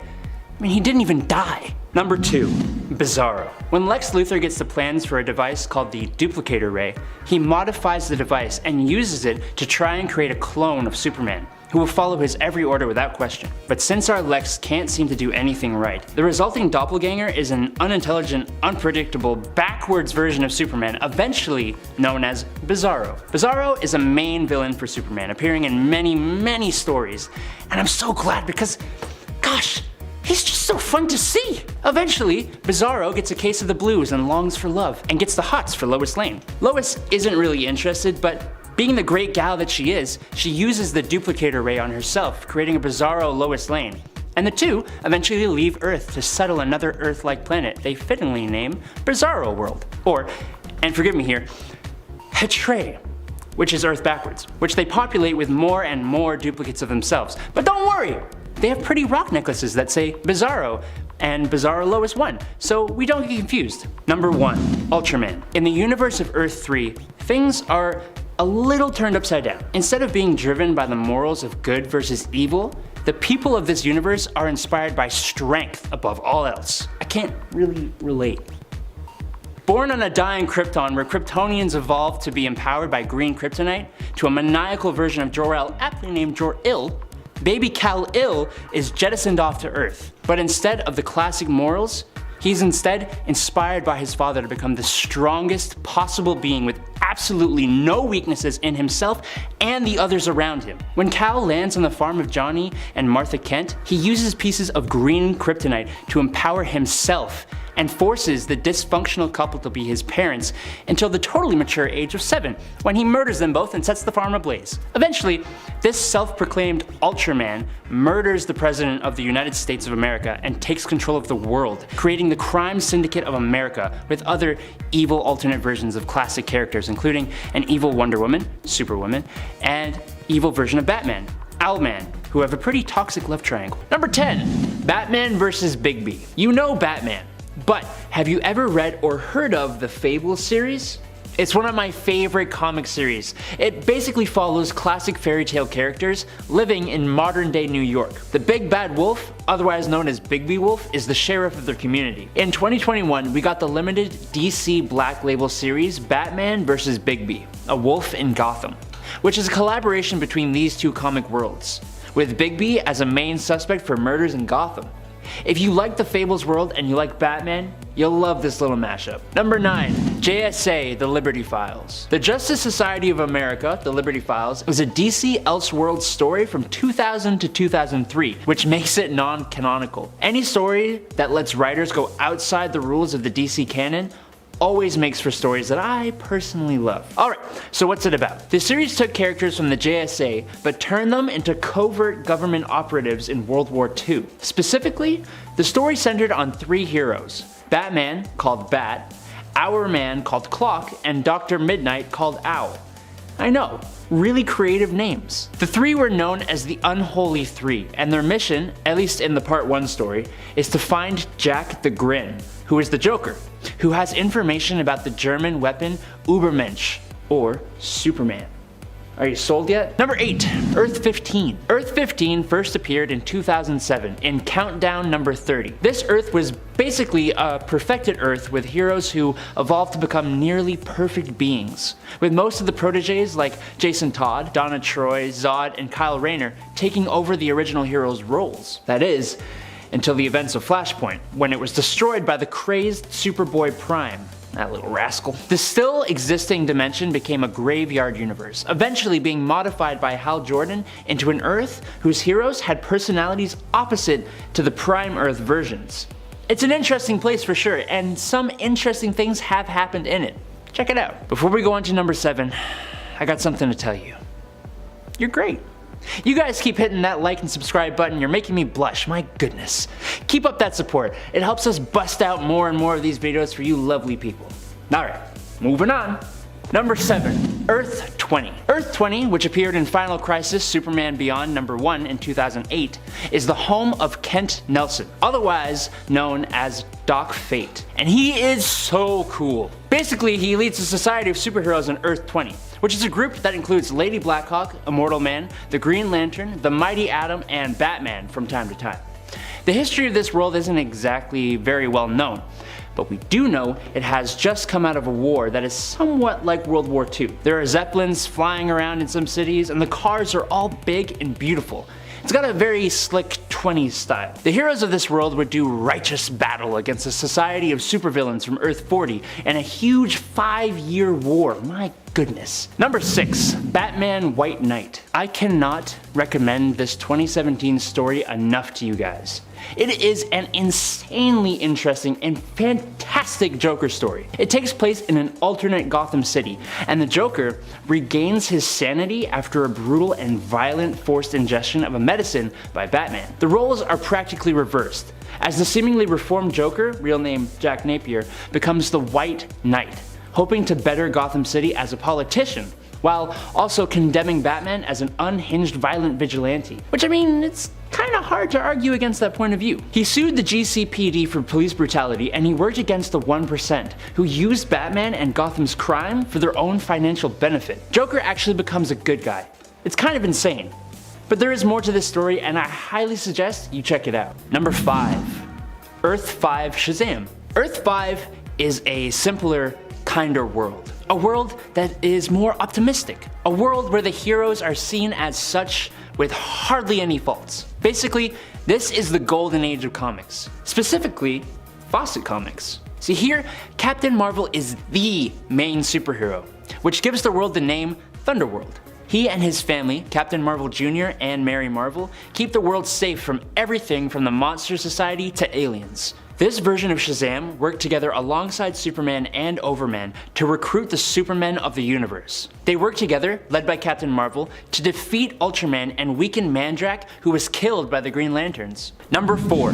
The Shazam Who Laughs. After the Batman Who Laughs infected Shazam/Billy with a dark metal virus, turning him into a Joker-like version of himself, he is tasked with infecting Superman with the same Joker dark metal virus. Shazam goes to the Batcave and waits for Superman to show up so he can attack. Joker Shazam is easily a match for Superman and Batman one-on-one, but with the two teaming up, he is a little overwhelmed and retreats, which is odd because going by King Shazam, he takes on the Titan Atlas trying to test his new abilities and even defeats multiple gods. When he is in a fight with Ares, he even defeats and infects Lady Shazam. So doesn't really check that Batman and Superman give him that much trouble, but whatever.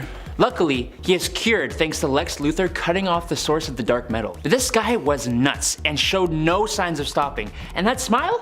It's just creepy, man. Whoa, slow it down there, friend. I see you're enjoying this video. Well, I hope you are. And if you are, that means you're gonna give it a like. Right? In all seriousness, I appreciate you guys. Thanks for giving us so much support. Okay, on to the top 3. Number 3. Mazaz, Alexander Luthor Sr., Earth 3. On Earth 3, Alexander Luthor is the Crime Syndicate's, which is an evil Justice League's, greatest enemy, and the strongest hero on this Earth. He has the ability to absorb other heroes' powers, and after killing this universe's Will Batson, he is basically the twisted version of Shazam, Mazaz, which is Shazam backwards. Take the powers of Shazam, and then add the abilities of anyone he kills. He's pretty powerful. After he kills the Crime Syndicate speedster, Johnny Quick, he absorbs his powers, then goes on to knock out Ultraman, this Earth's Superman.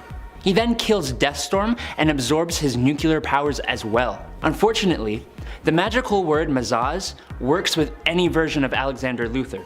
So Prime Earth's Lex Luthor is able to defeat him using the word, turning Mazaz back into Alexander, which is when Lex kills him with a knife. Number 2. Lord Marvel. When the Wizard Shazam dies, Billy Batson takes on the role of Wizard of Shazam, becoming the caretaker of the Rock of Eternity. He looks very similar, but way cooler with all the red of his costume becoming white and giving him long white hair. In taking his place, this makes Billy equal in power to the Wizard of Shazam, meaning he can drain gods of their power and basically cannot die. The Wizard was even able to stalemate with the Spectre, who is the embodiment of God's vengeance. I think this is easily the strongest version of the character, but if we don't see that power being used, it's kinda hard to say. Number 1. God of Gods Shazam. During the Darkseid War event, after Darkseid is defeated, the pantheon of gods who give Shazam his powers is revamped. He gains new godfathers. But these guys are all really doubtful of Billy being able to harness their power effectively. But when presented with a new foe, Billy proves them all wrong. This new Shazam is able to defeat Yuga Khan, who is the father of Darkseid. While most of his powers are the same, he gains boldness, the ability to manipulate the powers of the Source, and the ability to manipulate the fires of Hrongmir. He also gains the power of the new Wizard of Shazam and Yuga Khan himself, who it is revealed is one of the new gods. All this matched with the creativity and ingenuity of being human. Alright, at number 10 we have the very silly but nonetheless evil Super Enemies. In the 1970s animated TV show Super Friends, there's an episode in 1979 called Universe of Evil, where Superman travels to an alternate universe to meet the evil counterparts to the Super Friends, very creatively named the Super Enemies. And the team is made up of all those bad guys we've all known so well and grown up with. You know, like Aquaman with an eye patch, and tinted red Batman, and oh, who could forget the iconic alien monkey Gleek? What a trailblazing team of supervillains they were. But as much as I roast them, they do actually pose a decent threat to Superman in this storyline, to the point where they team up with the military armed with kryptonite weapons, and even bring in their own version of Superman, giving our Superman a good old run for his money. But luckily, Superman Prime finds something called an antimatter flask, which turns all the super enemies back to being good again. Thank God Aquaman retires that eye patch and is no longer so intensely menacing looking. What a relief. Number 9. Justice League of Assassins. Unfortunately, this evil Justice League didn't stick around too long. Being first introduced in Superman Volume 4, number 15 in March 2017, the Justice League of Assassins on Earth 14 were a group of augmented, mostly non-superpowered soldiers led by the obviously powerful Superman. The team was made up of Wonder Woman, Aquaman, Flash, Batman, Harley Quinn, and Green Lantern. With the exception of Superman, their powers relied mainly on weapons and technology, but primarily they used advanced firearms. Ultimately, they were all slaughtered, with this Superman being kidnapped by Prophecy, which is a shame, because this team looked super cool and they seemed to inhabit a pretty dark and grim looking post-apocalypse. Could have been very interesting. At number 8, we have the Conglomerate. This group is basically a bizarro version of the Justice League created by Booster Gold. The group is formed after Booster's departure from the Justice League International due to a lack of respect from his peers. When Booster first fails to bring together a competent group of heroes to form the first iteration of the Conglomerate, someone named Claire Montgomery comes in to manage the group. With her, she brings along the likes of Deadeye, an alternate Green Arrow, Fiero, a guy with fire powers, Frostbite, an ice power guy, Elastaman, a stretchy man, Element Man, much like Metamorpho, Scarab, a knockoff of Blue Beetle, and Slipstream, a dollar store Flash. When they engage in a small friendly skirmish with the Justice League International, the fight quickly turns serious, and everyone learns at once that these new members have actually been brought from an antimatter world called Quard, and they're basically just entirely evil, and always had been.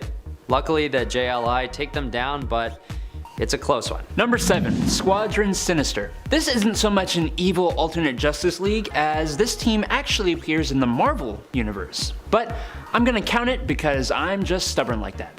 The original Squadron Sinister was created as a sort of obvious play on DC Comics Justice League characters Superman, Batman, Green Lantern, and the Flash, with the characters Hyperion, Nighthawk, Dr. Spectrum, and the hilariously named Wizard, respectively. The team was created by the Grand Master after he encountered the Squadron Supreme, and they first appeared in Avengers number 69 when they were pitted against the Avengers in a game between the Grand Master and Kang the Conqueror. They're bad guys who are counterparts to 4 members of the Justice League. I gotta stop justifying my reasons. They're on the list. Argue with me down below if you don't like it. Alright, at number 6 we have the Justice Lords. Appearing in the animated series Justice League in the episode titled A Better World, this evil team is led by a radicalized Superman. Radicalized because he witnesses Lex Luthor murder the Flash and threaten nuclear war. So, Superman decides he'd abandon the typical hero's code of conduct and kill the bald tyrant himself. And in this alternate universe, Lex Luthor isn't just some super rich supervillain working away in hiding, he's actually worked his way to becoming the President of the United States. So, after his death, there is a power vacuum to be filled. And who would be better rulers than this evil alternate Justice League? No one. They didn't think so anyway, so they take over and put in place a totalitarian government with the justification being that they are protecting humanity from itself. And they start calling themselves the Justice Lords, which, I mean, you should sort of know you're the bad guys when the word Lord is in your title. Luckily, the real Superman is able to catch on and take them out of power before anything goes too far. Number 5. Frankenbat. Castle of the Bat is an Elseworlds story from 1994 that basically takes the story of Frankenstein and plops in Batman characters. So, Bruce Wayne, after suffering the death of his father Thomas Wayne, goes almost mad trying to find a way to bring his father back. He succeeds, but not in the way he or anyone else wants. Thomas Wayne is brought back to life and dresses just like Batman normally would, but with more of a gothic Victorian style. And he's a mindless, massive, undead monstrosity. He busts out of where he's being held, and it leads to Bruce having to apprehend his undead dad. The story is actually quite emotional. Check it out. Number 4. Gods and Monsters. That's right, in the alternate reality of Gods and Monsters, there isn't really a prominent Bruce Wayne. Instead, here Kirk Langstrom, known as Man-Bat in the Prime Earth and New Earth continuities, takes up the mantle of Batman, becoming part vampire bat, part man, also pseudoscience vampire. He was attempting to create a cure for lymphoma, which did work but ended up splicing his genes and turning him into a science-made vampire. Kirk, as Batman from Gods and Monsters, does need to consume blood to survive and typically feeds on either animals or criminals to get it. Number 3. the Devastator. On alternate Earth -1, Batman and Superman were pals, and everything was dandy. Until one day, Superman changed and rampaged, turning on humanity. Superman killed almost everyone, and Batman tried his best to help bring his friend back. But once Superman killed Lois Lane and cut off Batman's arm, there was no going back. Batman injected himself with the Doomsday virus, turning him into the Devastator, powering him to take out Superman but also making him lose all his sympathy. He still retains all the knowledge of Bruce Wayne plus the fighting skill, and he acts as the muscle for the Dark Knights. Truly a monstrous Batman. Number 2, Vampire Batman. Gods and Monsters isn't the only reality where Batman becomes a vampire. Oh no. I mean, he is Batman after all, he's Batman. Obviously he's gonna be vampires a lot. He also ends up as one in his fight against Dracula in Red Rain. However, Bruce attempts to resist fully turning and giving into his monstrous side here. Instead, he attempts to hold off on completing his transformation fully, becoming a sort of Dhampir, if you will. That is until Joker kills Catwoman, who in this series is also a werewolf. Spooky stuff. Joker taking Selina's life makes Bruce snap, and he ends up feeding on him, seemingly killing him, although it would later be revealed that Joker survived this whole ordeal.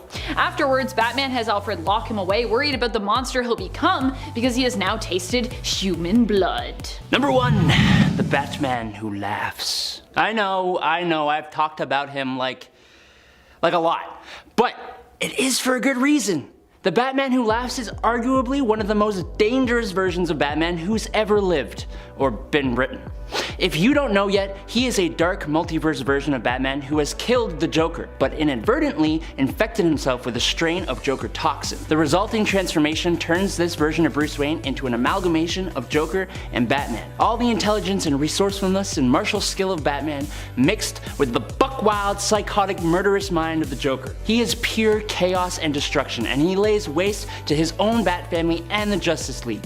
He has a pack of Jokerized Robins, and he is the leader of the Dark Knights, a few of which were featured on this list. On top of that, he is just truly terrifying to see. Number 10. Earth 3. The post-Flashpoint Earth 3 is similar to its pre-Flashpoint Earth, but way better. This Earth is the birthplace of evil. The mentality here isn't good versus evil, it's more like just evil. Strength is respected more than anything else, with the weak basically being annihilated. Instead of the Justice League, Earth 3 is home to the Crime Syndicate of America, whose members include Ultraman, Superwoman, Owlman, Power Ring, Johnny Quick, Sea King, The Outsider, Grid, and John Johns. Earth 3 was reintroduced in 2013 and has played a part in Darkseid War in 2015, Dark Knight's Death Metal in 2020, and in 2021 it was reborn again in the Infinite Frontier story. Like I said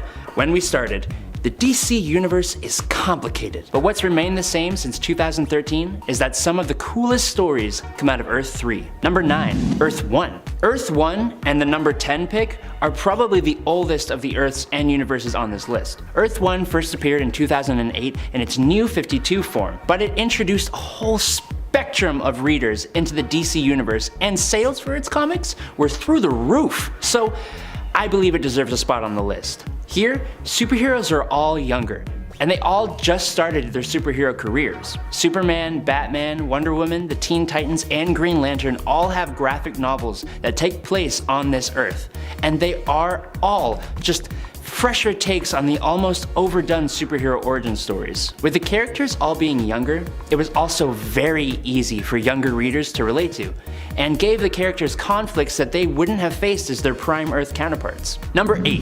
Injustice Universe. The Injustice Universe of Earth 22 is the universe in which the events of the Injustice video game and its related comics take place, and it first popped up in 2013. So here in the Injustice world, Superman went a little bonkers. After the Joker tricked Supes into killing both Lois Lane and her unborn child, plus unintentionally blowing up Metropolis, Superman murdered the Joker and eventually became a tyrannical ruler of Earth. The Batman of Injustice creates an insurgency, eventually enlisting the aid of another Earth, Earth 1 of this reality. With the alternate Earth's help, he overthrew Superman's regime and rebuilt the world. And that's all just part of the first game. Number 7. the 53rd world. The 53rd world, named by the smart primates who live there, was a world unknown to the rest of the multiverse. It's set in a near future where presumably the world is inhabited by super smart apes, like Planet of the Apes style. Oh, and also, immortality was achieved in 2067, meaning that yes, all these ultra smart apes are immortal. We know that there exists alternate ape versions of Superman, Batman, the Atom, and Aquaman. The existence of this Earth was first revealed in 2018's Dark Knight's Rising: The Wild Hunt, when Detective Chimp was beginning to lose his intelligence. The ape heroes show up, recruited by Raven, Cyborg, and the Flash to help with the dark multiverse, saying they were here to help. Obviously. Detective Chimp, accompanied by the apes of the 53rd Earth, plus Flash, Cyborg, and Raven, go to help Earth Zero's Justice League fight the dark multiverse forces. That's kind of all we know about the 53rd Earth. I want more super apes! Number 6. Archive of Worlds. The Archive of Worlds isn't so much an alternate Earth, it's actually an artificial multiverse which contains pocket dimensions in the form of film reels. Now that's just kinda nuts on its own, but then take into account the fact that it was created by a mad god, dceu, who is the god of tales, who is jealous of the new god of tales, which is the internet. It's pretty nuts. He tried to steal the new god's soul and was instead encased in a Wayne Tech satellite where he created the Archive of Worlds. First appearing in Batman/Superman Volume 2, number 16 in 2021, the pocket dimensions include a world where Superman never came to be, as well as one where Batman never came to be, a world based on hell, a western world, a world based on the life of Alana Strange, and so many other unnamed worlds. Auteur.io eventually was cured by Batman, and he instead became Observer.io, which is a lot nicer. Halfway through into number 5, Batman Bloodstorm. At one point, Gotham City was attacked by a group of vampires led by Dracula. However, the vampires were defeated by Batman, who would become part vampire in the struggle. The Joker later lured the surviving vampires out of their underground lair and convinced them to allow him to be their new leader. The vampires accepted, and the Joker appointed a vampire named Creech to be his second in command. The Joker and his new gang then set out to conquer Gotham's underworld. Their first target was Cardona. The vampires ambushed Cardona and his thugs at their hideout, drank their blood, and transformed them into Night Stalkers like themselves. But yeah, you heard that right. The Joker of Earth 43 is Batman's archenemy, and a non-vampire leading a pack of vampires through fear. The ability to lead a group of vampires through fear is absolutely nuts, because like in every incarnation, vampires aren't really afraid of anything, aside from maybe other vampires or like steaks. Like nice medium steaks. That was a bad joke. You know what I mean, right? Like this is, how crazy is this version of the Joker to try to do that? I don't know. Like holy damn, or I guess unholy damn. Let's go on. And at 4, Dark Knight Returns. Like most incarnations, this Joker is a psychopathic mass murderer who is Batman's archenemy. Following Batman's retirement though, he gets confined to Arkham Asylum and falls into a catatonic state. But when Batman returns 10 years later, he comes back as well for a final showdown with the Dark Knight. It's unknown how he knows that he's back, but he just wakes up. The final showdown between the two ends in the Tunnel of Love, in which Joker hysterically stabs Batman in the stomach several times. But mid-stab, Batman instinctively breaks the Joker's neck just enough to paralyze him, but not kill him. Joker encourages Batman to finish him off, but Batman won't do it. So the Joker then finally says, "See you in hell," before, in a last act of revenge against his enemy, twists his own neck just far enough to kill himself, and framing his enemy for his own murder. Isn't that wonderful? That's freaking nuts. Who snaps their own neck to frame a guy? Okay? This is one of the freakiest scenes in all of comics. Like, what the living hell? And at 3, A Serious House. In the world of Arkham Asylum, a serious house on a serious Earth, the inmates of Arkham Asylum have taken over and seized control of the staff. They're willing to release the hostages, but only if their one demand is met. Batman must be turned over to them and become one of their own. Commissioner Gordon informs Batman that the patients of Arkham Asylum have taken over the building and will kill the staff unless Batman agrees to meet with them, and the patients are of course led by the Joker, who kills a guard to spur Batman to obey his wishes. Two-Face meanwhile has degenerated even further into madness, and Batman is forced into a game of hide and seek, and told he has 1 hour to make his way through the maze-like corridors of Arkham and find a way out before his old foes are sent after him. Yep, that's Yeah. The fact that Joker is just leading a whole gang of prisoners who have taken over Arkham is absolutely insane. And then the art style of this comic makes it one of the freakiest depictions of the Joker to date. Like, you've been seeing it. It's nuts. Penultimately, in at number 2, The Batman Who Laughs. The story of Batman of Earth 22 was not much different from that of any other version of the Caped Crusader. When he was a boy, Bruce Wayne watched his parents get murdered in an alley, vowing vengeance against crime. So he trained for years and became the hero Batman, fighting supervillains in Gotham City. Everything went sideways though when Joker started a killing spree across Gotham. The clown had discovered that he was dying from the same chemicals that had turned him into what he was, and wanted to make everyone die with him. He killed all of Batman's enemies, including the Penguin, Catwoman, Killer Croc, the Ventriloquist, a lot. Joker also killed Commissioner Gordon, who accidentally sprung an acid trap on his notebook and it melted his face off. After bombing a hospital and recreating the scene of Bruce's parents killing in front of him multiple times, Batman lost control and broke the Joker's neck. Unbeknownst to Batman though, the Joker exhaled a toxin contained in his heart, which infected anyone close to him if he died. In this case, it was Batman. This caused him to snap and basically become the new Joker, taking over Earth 32 and later on, gaining cosmic power. Yeah, cosmic power. Joker. But also Batman. No thanks. And finally, in at number 1, Death of the Family. When the Joker became obsessed over destroying the Bat family, he decided to arrange for his face to be surgically removed.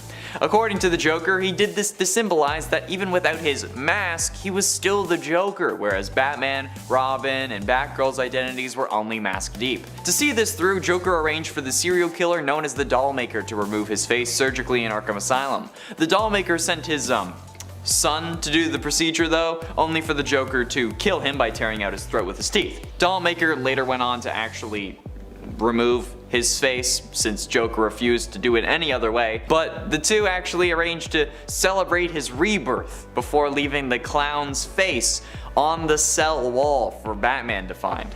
Joker would later use straps, clips, and pins to retrofit the flesh back onto his face in a form of mask, which he wore over his now exposed tendons, hiding the way he looked, because honestly that might have been a little too much. Joker would also remain in this mask for the remainder of his plan to destroy the Bat family, a mission which ended in a dinner party in the Batcave. And I think it's fairly obvious why this is number 1. Even without cosmic power, a man getting his face removed only to turn it into a mask to wear it again? No thank you. Not to mention that this is also the face that Joker's daughter ends up wearing, I'm pretty sure. So, no. Number 10.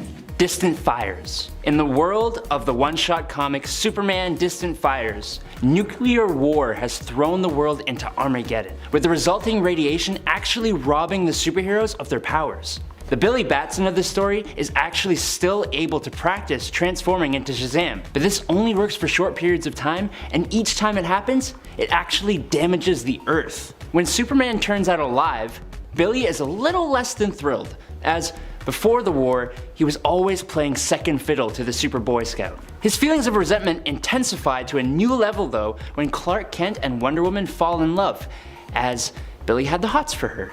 This drives him to the dark side, and he joins the side of the evil mutants, even taking pleasure in killing Wonder Woman. This enrages Superman, and the two battle on top of a volcano. After his own power betrays him, Shazam is struck down by his own lightning bolt, and Superman throws him in the volcano. Nasty way to go.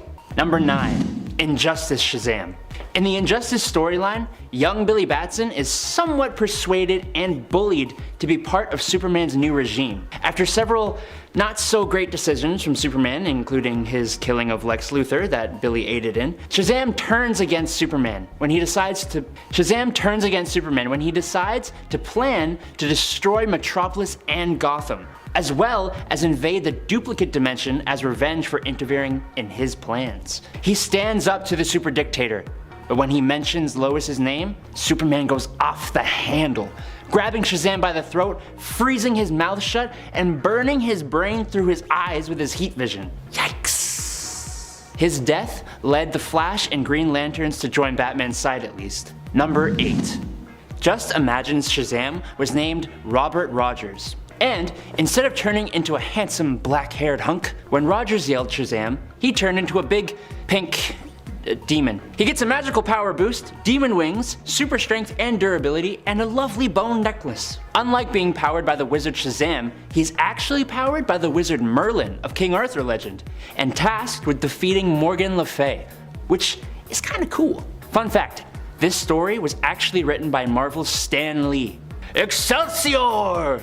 Number 7. Captain Thunder. It's kind of confusing because there are so many versions of Shazam who use this name. Basically, Captain Thunder was William Fawcett, a kid who was given powers similar to Captain Marvel. He received his powers when the shaman Maroki gifted William a belt with a thunderbolt symbol that, when rubbed in combo with the magical word thunder, turns him into Captain Thunder. Unfortunately, after fighting the Monster League of Evil, they gave him an evil persona instead of a heroic one. So, when Captain Thunder first appeared in Superman 276 in 1974, he was helping robbers instead of fighting them. It's only after Superman urges Thunder to use his wisdom to fix what happened and to make him go back to his own Earth. There was a much cooler version of Captain Thunder in the Flashpoint timeline with a sweet battle tiger, who you'd probably think of when I say Captain Thunder. Number 6. Kingdom Come Shazam. In an alternate possible future, metahumans or superheroes are now hated. Because of this, Billy Batson hasn't become Shazam in years, and is now full grown, looking a lot like his alter ego, minus the cool costume and cape and powers and stuff. He was eventually brainwashed by Lex Luthor into believing that metahumans and even the Captain Marvel inside him are all monsters. In time, Bruce Wayne tries to convince Billy otherwise, which eventually forces him to turn into Shazam once more, breaking open the metahuman prison and starting a massive war that puts the whole world at risk. After a nuclear bomb was dropped, threatening to kill thousands, Superman convinced Billy to help, and Shazam outraced Superman to the bomb, using his lightning to destroy it, sacrificing himself to save both humans and metahumans, ending the hatred against superheroes once and for all. Number 5. Earth 14. Alright, this is gonna be a pretty quick one. There is not a whole heck of a lot of information out there about Earth 14, which first appeared in Superman Volume 4, number 15 in 2017. I want to talk about it because the Justice League of Assassins is just the coolest looking version of the Justice League I have ever seen, even if it was just for a short period of time. The Assassins are made up of alternate heavy weapon bearing versions of Wonder Woman, Batman, Harley Quinn, Flash, Aquaman, what looks like it could be Green Lantern, and Superman. They only last about 3 pages of the comic they are a part of, but I really hope we see them pop up in other stories because these guys are just so rad. All we saw them do was fight a bunch of gatherers in a post-apocalypse looking Earth. Number 4. Batman 89. Okay, you can fight me in the comments about this one. Batman 89 was published in 2021, but the stories take place in the Tim Burton Batman movie's world. Seeing how we haven't actually seen a comic in this world, I'm gonna take this one, okay? Cool. So yes, this is that Batman and Bruce Wayne in this comic. He has the same suit from the movie, the same amazing Batmobile, and it takes place after the events of the movies, but it's more like comic heavy. It's really cool. We see Harvey Dent actually become Two-Face, Michelle Pfeiffer's Catwoman is back, and we even get a Robin for this universe. It's so awesome. I don't want to spoil too much, so you can probably guess what I'm gonna say. Go give it a read. Number 3. DC vs. Vampires. The ongoing DC vs. Vampires limited series that started in 2021 is such an amazing story. It just makes sense. Pit the characters of the DC universe against a growing army of vampires? A mystery around who the superhero vampire leader is? It's great! The basic premise, without spoiling much, is that Mary, Queen of Blood, who upholds the peace between vampires and humans, is dead. Whoever killed her also killed the Legion of Doom, and has made a plan for vampires to take over the world. Andrew Bennett, a vampire, went to the Justice League to tell them about the army of vampire supervillains. There's a vampire Gorilla Grodd, like, come on. The story has a large Batman and Bat family presence, as a story about vampires should, and for a story so grim, it actually has some really funny moments. Especially from Damian Wayne, as I'm sure no one is surprised by. Number 2. DC Bombshells. DC Comics Bombshells is an awesome story from 2015 that focuses on a reality where a team of female superheroes fight on the side of the Allies during World War II. It actually first came to be because of a line of statuettes released by DC with superheroines wearing retro 40s inspired costumes. They were so popular that they moved to variant covers and then they got their own series. Each hero has their own style and story while still all being part of this bigger, wider alternate World War II story. It's truly awesome and mainly follows Batwoman, Wonder Woman, Supergirl, Stargirl, Zatanna, and the Batgirls. Go give it a little gander, would you? Number 1. Dark Knights of Steel. And now for my favorite. Dark Knights of Steel. Swords, sorcery, superheroes. Dark Knights of Steel is a story that actually came out this year, that's 2022 if you're watching this from the future, but is set in an alternate medieval fantasy universe. Batman is an actual knight and half Kryptonian. Like, I'm just in love. Okay, so basically, Jor-El and Lara escape Krypton before it is destroyed and crash land on the medieval Earth, and eventually become the rulers of the land after giving birth to Kal-El. It's wild. There are alternate versions of Green Lantern, Supergirl, Harley Quinn, Robins, Alfred, Constantine, Green Arrow, Joker, Green Lantern, Black Lightning, and more. I love to see comic book publishers do these time-displaced stories. It's great. Number 10. Tales from the Dark Multiverse, Batman Hush. I actually really love this story, but it's also kinda out there, especially when you consider it has its own sort of theme song and a very creepy tone. In Tales from the Dark Multiverse Hush, Bruce Wayne is the one who becomes a version of the Hush character. It would be more accurate though to say that he becomes a version of Hush and Batman if they were kinda like combined together. Here, Thomas Elliot instead becomes a rich billionaire playboy and also corrupt senator, allying himself with Talia al Ghul. He manages to make it so that Bruce was locked away in Arkham Asylum. Despite feeling slightly guilty about doing this to his childhood friend, overall Elliot is pretty okay with the way Bruce is imprisoned and treated there. However, after faking his death, Bruce Wayne manages to escape Arkham and becomes Elliot's worst nightmare. And just for a fun fact, he doesn't go by Hush in this one though, he's the Silenced. Shh. Get it?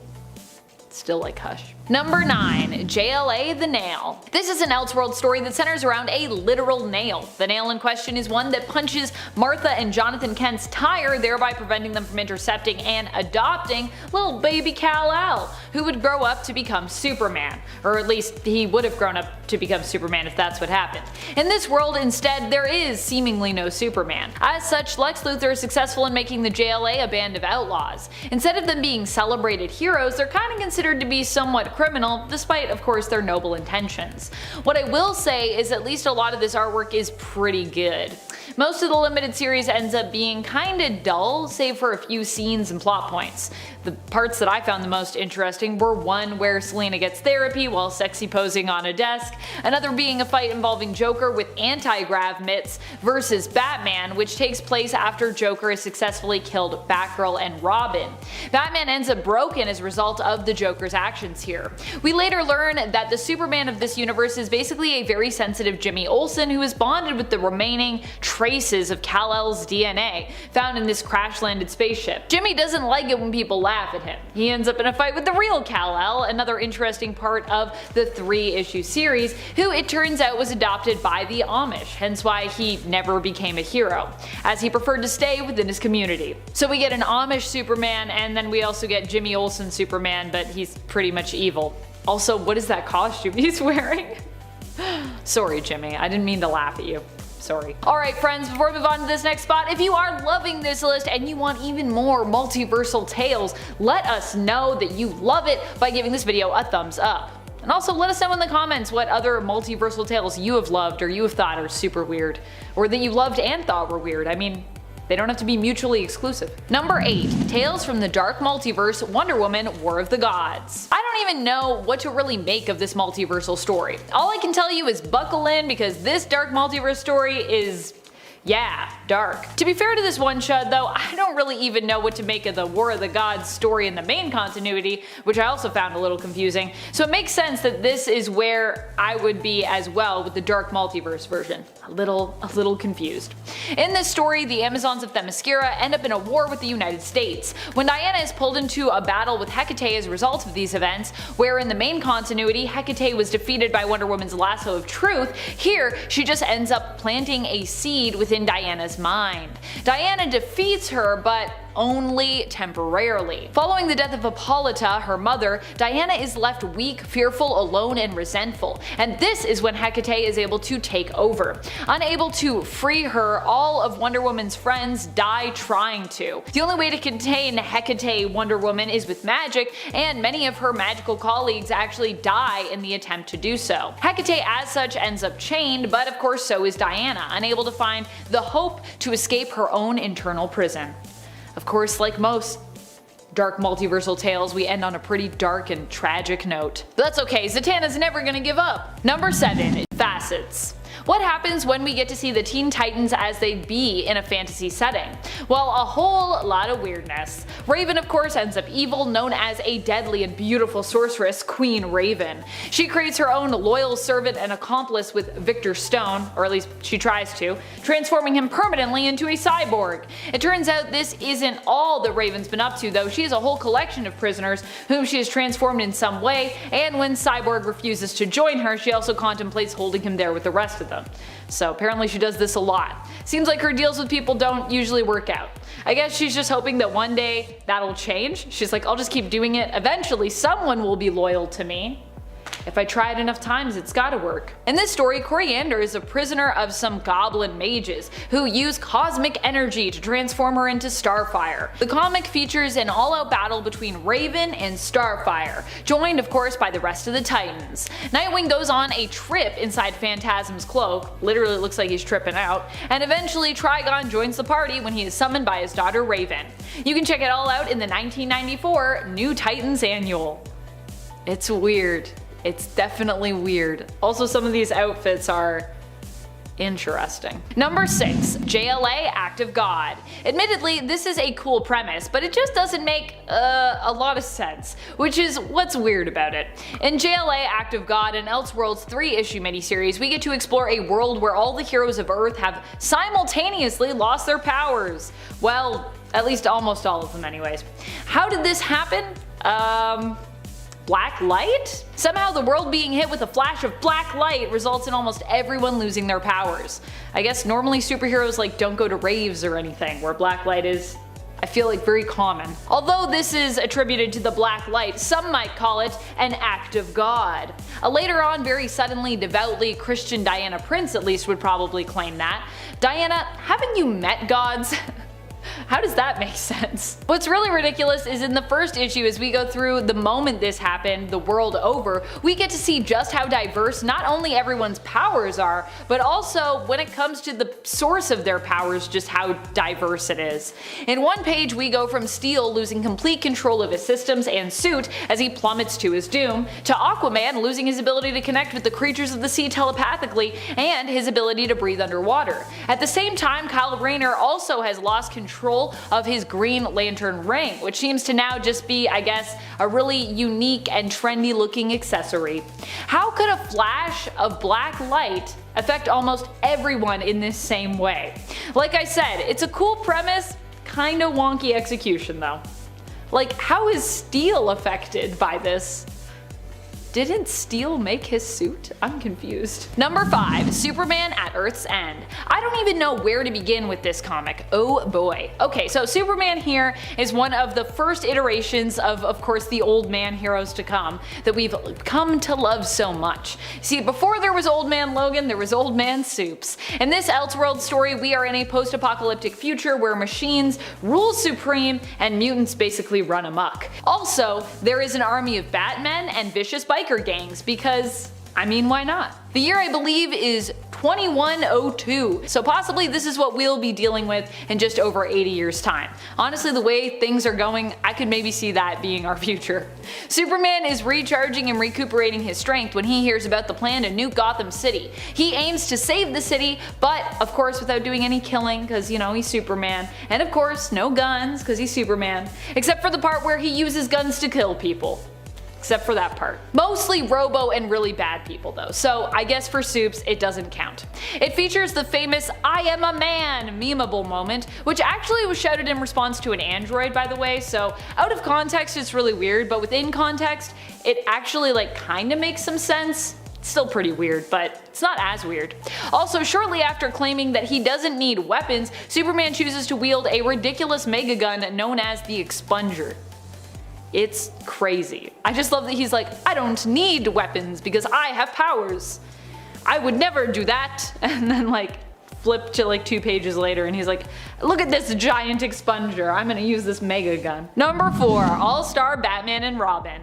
Not so much a story as a full series, but I have other full series on this list, so it's fine. All-Star Batman and Robin consists of 10 issues, all of which are pretty weird when it comes to the depiction and characterization of a lot of our favorite superheroes, villains, and their allies even. Once again, we get a super jacked version of Joker in this comic. We also get a version of Vicky Vale who seems far more obsessed with Superman's manhood and dates with Bruce Wayne than any kind of serious reporting. And of course, then there are Batman and Robin. What a dynamic. Batman in this comic is the worst kind of hero, an entitled one. This is the version who refers to himself as the goddamn Batman and makes Dick eat rats and sleep in the Batcave initially. Because he's Batman and he can do that. He also torments Hal Jordan Green Lantern by painting himself, Robin, and the entire room and corridor yellow, and also serves and consumes yellow food and drink around him, with Batman enjoying some lemonade and Robin devouring what appears to be an all yellow ice cream cone. All-Star Batman and Robin has to be one of the weirdest multiverses out there. And every time I go back to it, I'm like, what is happening? What is this characterization? Number 3, JLA created equal. Okay, so All-Star Batman and Robin is the not so great kind of weird, but JLA created equal is just the weird kind of weird. In this 2-part Elseworld story, we get a glimpse into a world where all the men, or almost all the men, were killed off by an unexpected and sudden plague. The only 2 left alive are Superman and Lex Luthor in this reality, and yet for all the powerful women who remain, this book sure manages to still be about the male characters within it. In Created Equal, Superman attempts to help the rest of the new, almost all-female JLA figure out a way to repopulate the Earth. I say almost because Superman's still there, so yeah. The main concern is how to ensure the survival of the human male gender, as if they made clones, with their technology and resources, they'd actually only be able to produce female ones. I guess they can't like tamper with the genes, they can't like tamper with the DNA, or I don't know how you make clones anyway, so I probably shouldn't tell other people how to do it. Eventually, Lois Lane and Clark Kent end up conceiving a son who is born and named Adam. He accidentally hugs his mother to death, and then Lex, being Lex, unleashes a plan to take control of all the young men who were created and raised on Themyscira, thanks to Adam's existence and his resilience. Also, he makes them all bald, because this is Lex Luthor, so yeah. Oh, what a weird story. Come and join me, and also I'll be bald, because you all have lovely hair and it offends me. Number 2, a Batman Reptilian. Ah yes, the story of an alien baby that belongs to Killer Croc because he was influenced by aliens while inside his mother's womb, which is how he's even mutated and also makes him like, I guess, a hybrid alien-human creation technically. In this beautiful yet bizarre story, Batman is attempting to track down whoever is killing all of his rogues. What he finds out though is that it isn't any one of the other villains, but Croc's baby that he just gave birth to. Killer Croc, of course, didn't know that he could do that. I mean, neither did we. It turns out that this is a result of him being part alien in origin, or being tampered with by aliens when he was like a fetus. The newborn babe, it turns out, just wants its mama, but for what purpose remains to be seen. Killer Croc can't nurture it, as you know, he doesn't have like the biological equipment for that. After we get through that whole slog of that's not gonna work, it's also implied that the giant alien monster baby wants Croc to mate with it, which is also thankfully out of the question when it comes to Croc's willingness, so thank goodness, because I thought this better not be where this is going, oh my goodness. Did I mention that Batman is also a huge jerk throughout this entire series? Cause yeah, this is Garth Ennis behind the writing wheel, and that is very much a thing. Which I'm not surprised by, that's kind of Ennis' whole thing, so yeah. I actually like Batman being a butt in that story more than I like him being a butt in Frank Miller's All-Star, so yeah. Number 1, Batman Last Night on Earth. This one was where the thumb came from in part 1 of this list. I had intended to actually include this story there, but then I got distracted by the Batman and Lobo crossover. Understandably so, I think, because that's also super weird. But that's fine, because it just means that Last Night on Earth gets a higher spot on this list of bizarre multiversal DC stories. Batman Last Night on Earth is a book that exists outside of the continuity and belongs to the DC Black Label line. Also, Reptilian is part of that same line, just so you know. Black Label primarily is made up of titles that are more adult in terms of their content and their themes. Here, that translates to Batman wearing a straitjacket version of his suit in a post-apocalyptic future, where Joker is just a head in a jar. They also end up fighting giant monster baby Green Lantern constructs in issue number 1, just to give you a sense of the level of weird that we're dealing with here. But it's like a fun weird. It's like a, I'd recommend this weird. I give it 2 weird thumbs up. Number 10. Batman and Captain America. A gloriously weird and awesome comic. This DC multiversal story also happens to be a DC Marvel crossover issue featuring Batman, his sidekick Robin, and Captain America and his sidekick Bucky. Both Cap and Batman end up joining together and then swapping sidekicks. Their villains also seem to have a team up as Red Skull and Joker come together, but this is also the famous issue that Joker insists that Red Skull is too evil even for him. He may be a criminal lunatic, but after all, he's an American criminal lunatic, and he can't stand by when it comes to abiding by Red Skull's history and motivations. So not only do we get to see some great team-ups, but we also get to see a full-out fight break out between these 2 iconic villains. Thanks, John Byrne. And friends, before we move on to this next spot, if you love Elseworld stories and all of the weird, wacky things that go on in the multiverse when it comes to just alternate worlds, let us know by giving this video a thumbs up, and hey, maybe we can do some more Elseworlds lists for you. Cause yeah, there's lots of kooky stories out there. Number 9. Speeding Bullets. Basically a multiversal DC Elseworld story that answers the question, what if Superman didn't just have powers but was also rich? That's basically what is going on here in Speeding Bullets. In this story, Superman wasn't raised by the Kents, but instead was taken in and adopted by the Waynes, and he becomes, you guessed it, Bruce Wayne. After the death of Thomas and Martha, Bruce becomes Batman, but the difference is this version of Batman has tech, money, smarts, and superpowers. Lex also becomes a mess of a villain in this world. While still being Superman's nemesis, he's also Batman's nemesis rolled into one, with an extra little dash of Penguin, just for good measure, I guess. So here we get a villain who is Lex, Joker, and the Penguin all in one. Oh goody, just what none of us necessarily wanted or needed. And yet, we got it. This also doesn't do much to enhance his motivation for villainy, which, like his identity, is also kind of all over the place. Still, the premise behind this Elseworld story is pretty cool, but unfortunately it doesn't add enough when it comes to offering a twist or different perspective to either the Superman or Batman mantle. Number 8. The Superman Monster. Frankenstein, but make it Superman. There are lots of retellings of classic tales when we look into the realm of Elseworlds, and the story of Frankenstein is not one that is left untouched. Actually, I feel like this story gets interpreted a few times throughout the Elseworld stories. I feel like I've seen at least 3 different versions of Frankenstein retold in Elseworlds. I still have yet to see Dr. Seuss retellings though in the world of DC, which are some classic kids tales that do eke their way surprisingly into Marvel at times. In the Superman Monster, Lex Luthor takes the role of creator and Superman ends up as his monster. You might think this sounds familiar considering it's also kind of the premise for the main continuity origin story of Bizarro, but this creation, while starting out similar to Bizarro, eventually goes full-on hero and full-on Superman by the end of it. That means in this story of Frankenstein, the creator ends up the monster, while the monster ends up the hero. What a twist. Number 7. Justice Riders. Because it's an inevitability that at some point, we have to turn to the Wild West for inspiration when it comes to an Elseworld story. We've gotta go there at some point. And so we have Justice Riders. Justice Riders reimagines the DC universe as existing during the time of the Wild West and adapts the characters to kind of fit their surroundings somewhat. As such, Wonder Woman becomes a Texan sounding sheriff, and Martian Manhunter gets to sport a poncho and a cowboy hat. Which honestly, this is one you might want to check out just for that, cause that's great.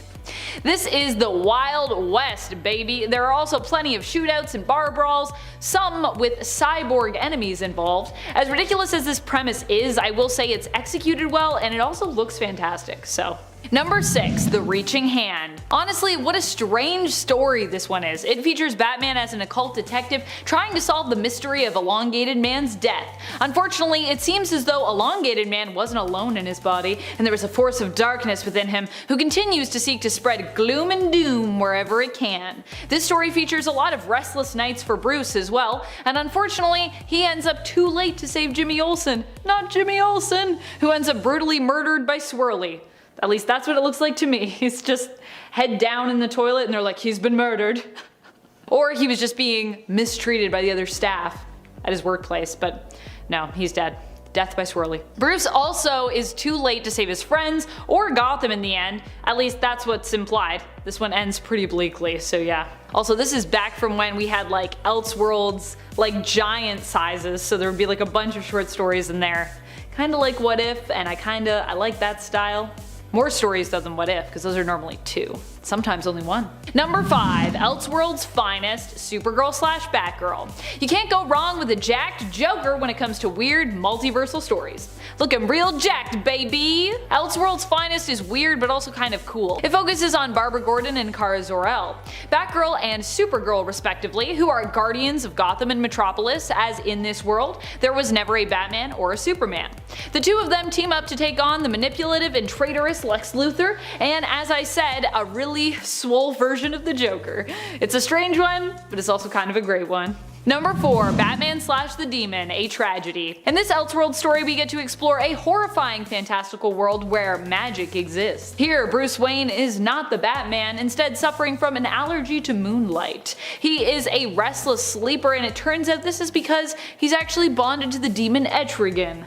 Oh my goodness. It takes Bruce a while to figure this out though, but in the end, he is too late to save his girlfriend Glenda. Poor Glenda. The best thing he can do according to Merlin is to wipe his memory, which will also mean he has no recollection of Glenda. Oh no. Merlin claims that this will save her. Unfortunately, it doesn't, as Etrigan taking over Bruce in the nighttime does end up still killing her. But hey, at least Bruce doesn't remember her, which actually seems to have been Merlin's plan all along. You see, in order to keep the demon trapped within Bruce, his forgetfulness is necessary. There is no way to save Glenda really in any case most likely, and Merlin was just saying that to try to get Bruce to, do what he wanted him to do. But hey, at least Bruce doesn't remember her, so at least he won't be sad about it. Number 3. Brotherhood of the Bat. Have you ever wondered to yourself what the DC universe would be like if every member of the League of Assassins was dressed up and also weirdly happened to resemble Batman? No? Me neither. But too bad, because we get to know what that would be like in this Elseworld story. I mean, not even too bad, it's kind of really great in a weird way. Brotherhood of the Bat takes place in a post-apocalyptic future where Ra's al Ghul decides that the League of Assassins, they need some new costumes. New Bat-themed costumes that all very much resemble alternative takes on Batman's outfits. Also, check out some of the notes on Ra's al Ghul's design sketches here. That is honestly my favorite part of this story. Just seeing all these, like there's like little notes in red. It's like, is this cape too much? You can never have too much cape, just so you know. Just so you know, Raish, no such thing. Number 2. Batman Nosferatu. If you want something weird in a sort of horror-based and very artistic way, we've got you. Batman Nosferatu was actually part of an Elseworld story series that delve into the German Expressionist period. This story seems to take some inspiration from Nosferatu and the Cabinet of Dr. Caligari. Not only is the art style very different and unique, but the whole tone and the style of the dialogue is as well. The story has a lot going on, but mainly it follows the horrors of Dr. Arkham. To give you like the briefest summary ever, because as I said, there's a lot going on in this story, it's also quite long. The story mainly centers around Dr. Arkham and his experiments and creations, including one called the Laughing Man. Oh, I wonder who that's supposed to be. A reanimated creature made from various corpse parts. In the end, Bruce Wayne's son ends up dying and is resurrected as the Nosferatu, sort of cyborg monster creature who ends up taking on and defeating the Laughing Man. I wonder who Nosferatu is supposed to stand for here. Any guesses? Number 1. Batman/Lobo. Like all of the weirdest comic stories out there across the multiverse, this one also features Lobo. Here, Joker hires the mercenary to ruin Batman's reputation and then finally kill his nemesis. Lobo sets out dressed as Batman and begins to muck up the streets, killing Batman's villains in gruesome ways to make sure that people know that Batman is no hero. He's like, what, does Batman have a no-kill policy? Pfft, not anymore. Also, the deaths have to be gruesome because this is a Lobo comic after all, so yeah, they're all pretty... there's something. I don't even know if we can show them here. In the end, the Joker is forced to call off Lobo after it's revealed that Batman is actually his long-lost twin brother, Bruce Wayne. You see, Joey and Bruce were apparently separated at a young age. I mean, does it get any weirder than this? Number 10. Grim Knight. The origin story of the Grim Knight is similar to the Batman of Prime Earth, but is warped. Instead of the Dark Knight, we know him as the Grim Knight, because this Batman is not afraid to use guns. So yes, you could say he's similar to the OG Batman from the 40s, but he is also far more brutal and ruthless. This version of Batman ended up killing Joe Chill when he was just a child. After Chill shot his parents, he stumbled away in the darkness, but Chill tripped and dropped his gun and Martha Wayne's necklace. While he searched for the necklace in the dark, a young Bruce grabbed the gun and aimed it at Chill, killing him in cold blood with tears in his eyes. This set Bruce down the path of believing that killing was the best way to deal with criminals that opposed justice. This version of Bruce was still inspired by a bat crashing through his window to become Batman, but he also shot that bat when it did. Number 9. Death of Superman. After Superman dies at the hands of Doomsday, Lois becomes depressed and jaded, believing that the world failed Clark. She ends up merging with the Eradicator, who claims it failed in its mission to resurrect the fallen Superman, and instead bonds with Lois so that she can succeed where she believes other heroes have failed, fighting on in Clark's name. However, Lois goes too far compared to Superman, killing those who oppose her, villains and heroes alike. Superman returns, but only lives long enough to express his disappointment and disgust in what Lois Lane has become before he is killed by Cyborg Superman. Super depressing story. Number 8. The Merciless. Like the Earth 12 belonging to the non-dark multiverse, on Earth -12, Batman and Wonder Woman are also in a romantic relationship together. They fight side by side in a war that threatens to engulf the entire population of Earth against the god of war, Ares. After countless have died and they're basically the only two left standing, they finally succeed, but Batman feels in order to protect the world, he should be the one to wield Ares' power. Knowing that Wonder Woman herself would not take Ares' helmet and with it his power, and that she would actually not allow Bruce to take it for fear of it corrupting him, Batman sees no other choice but to kill Diana. He takes Ares' helmet for himself and fights on, claiming to fight in honor and in memory of the fallen warrior and his love, Wonder Woman.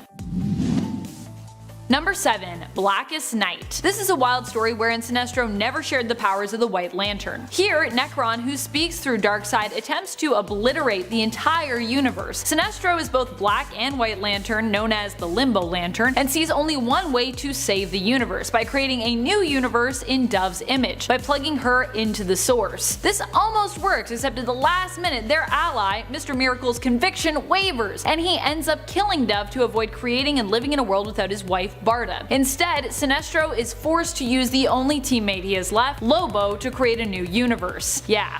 Slim pickings, I guess. The world instead is made in Lobo's image, who taps into the source, eliminating all Black Lanterns and restarting a dark and more grotesque looking world which Sinestro remains trapped in, unable to leave due to Tempest preventing him from doing so. That sucks.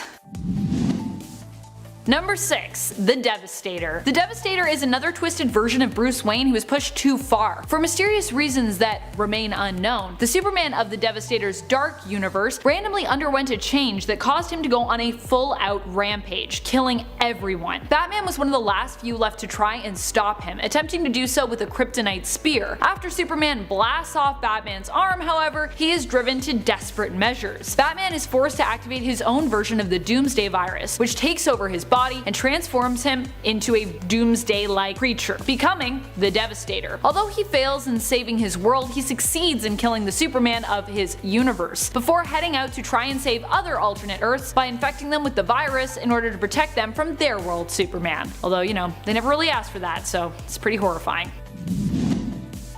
Number 5. Infinite Crisis. In the Dark Multiverse, Ted Kord is not killed by Maxwell Lord. Instead, Ted pretends to agree to join Lord in cleaning house when it comes to his plans for Checkmate, but he betrays Lord and kills him. Brother Eye threatens to push on with the OMAC project, but Kord offers that he could help to guide Brother Eye and take Maxwell Lord's place, help Brother Eye save and protect the planet as Lord had promised Brother would. Ted ends up attempting to recruit Booster Gold to help him with Brother Eye, but Booster isn't so sure about his friend's plan. In the end, he teams up with Superboy Prime, who has been plotting with Alexander Luthor of Earth 3 to create a perfect world in the main continuity, but Luthor betrays him.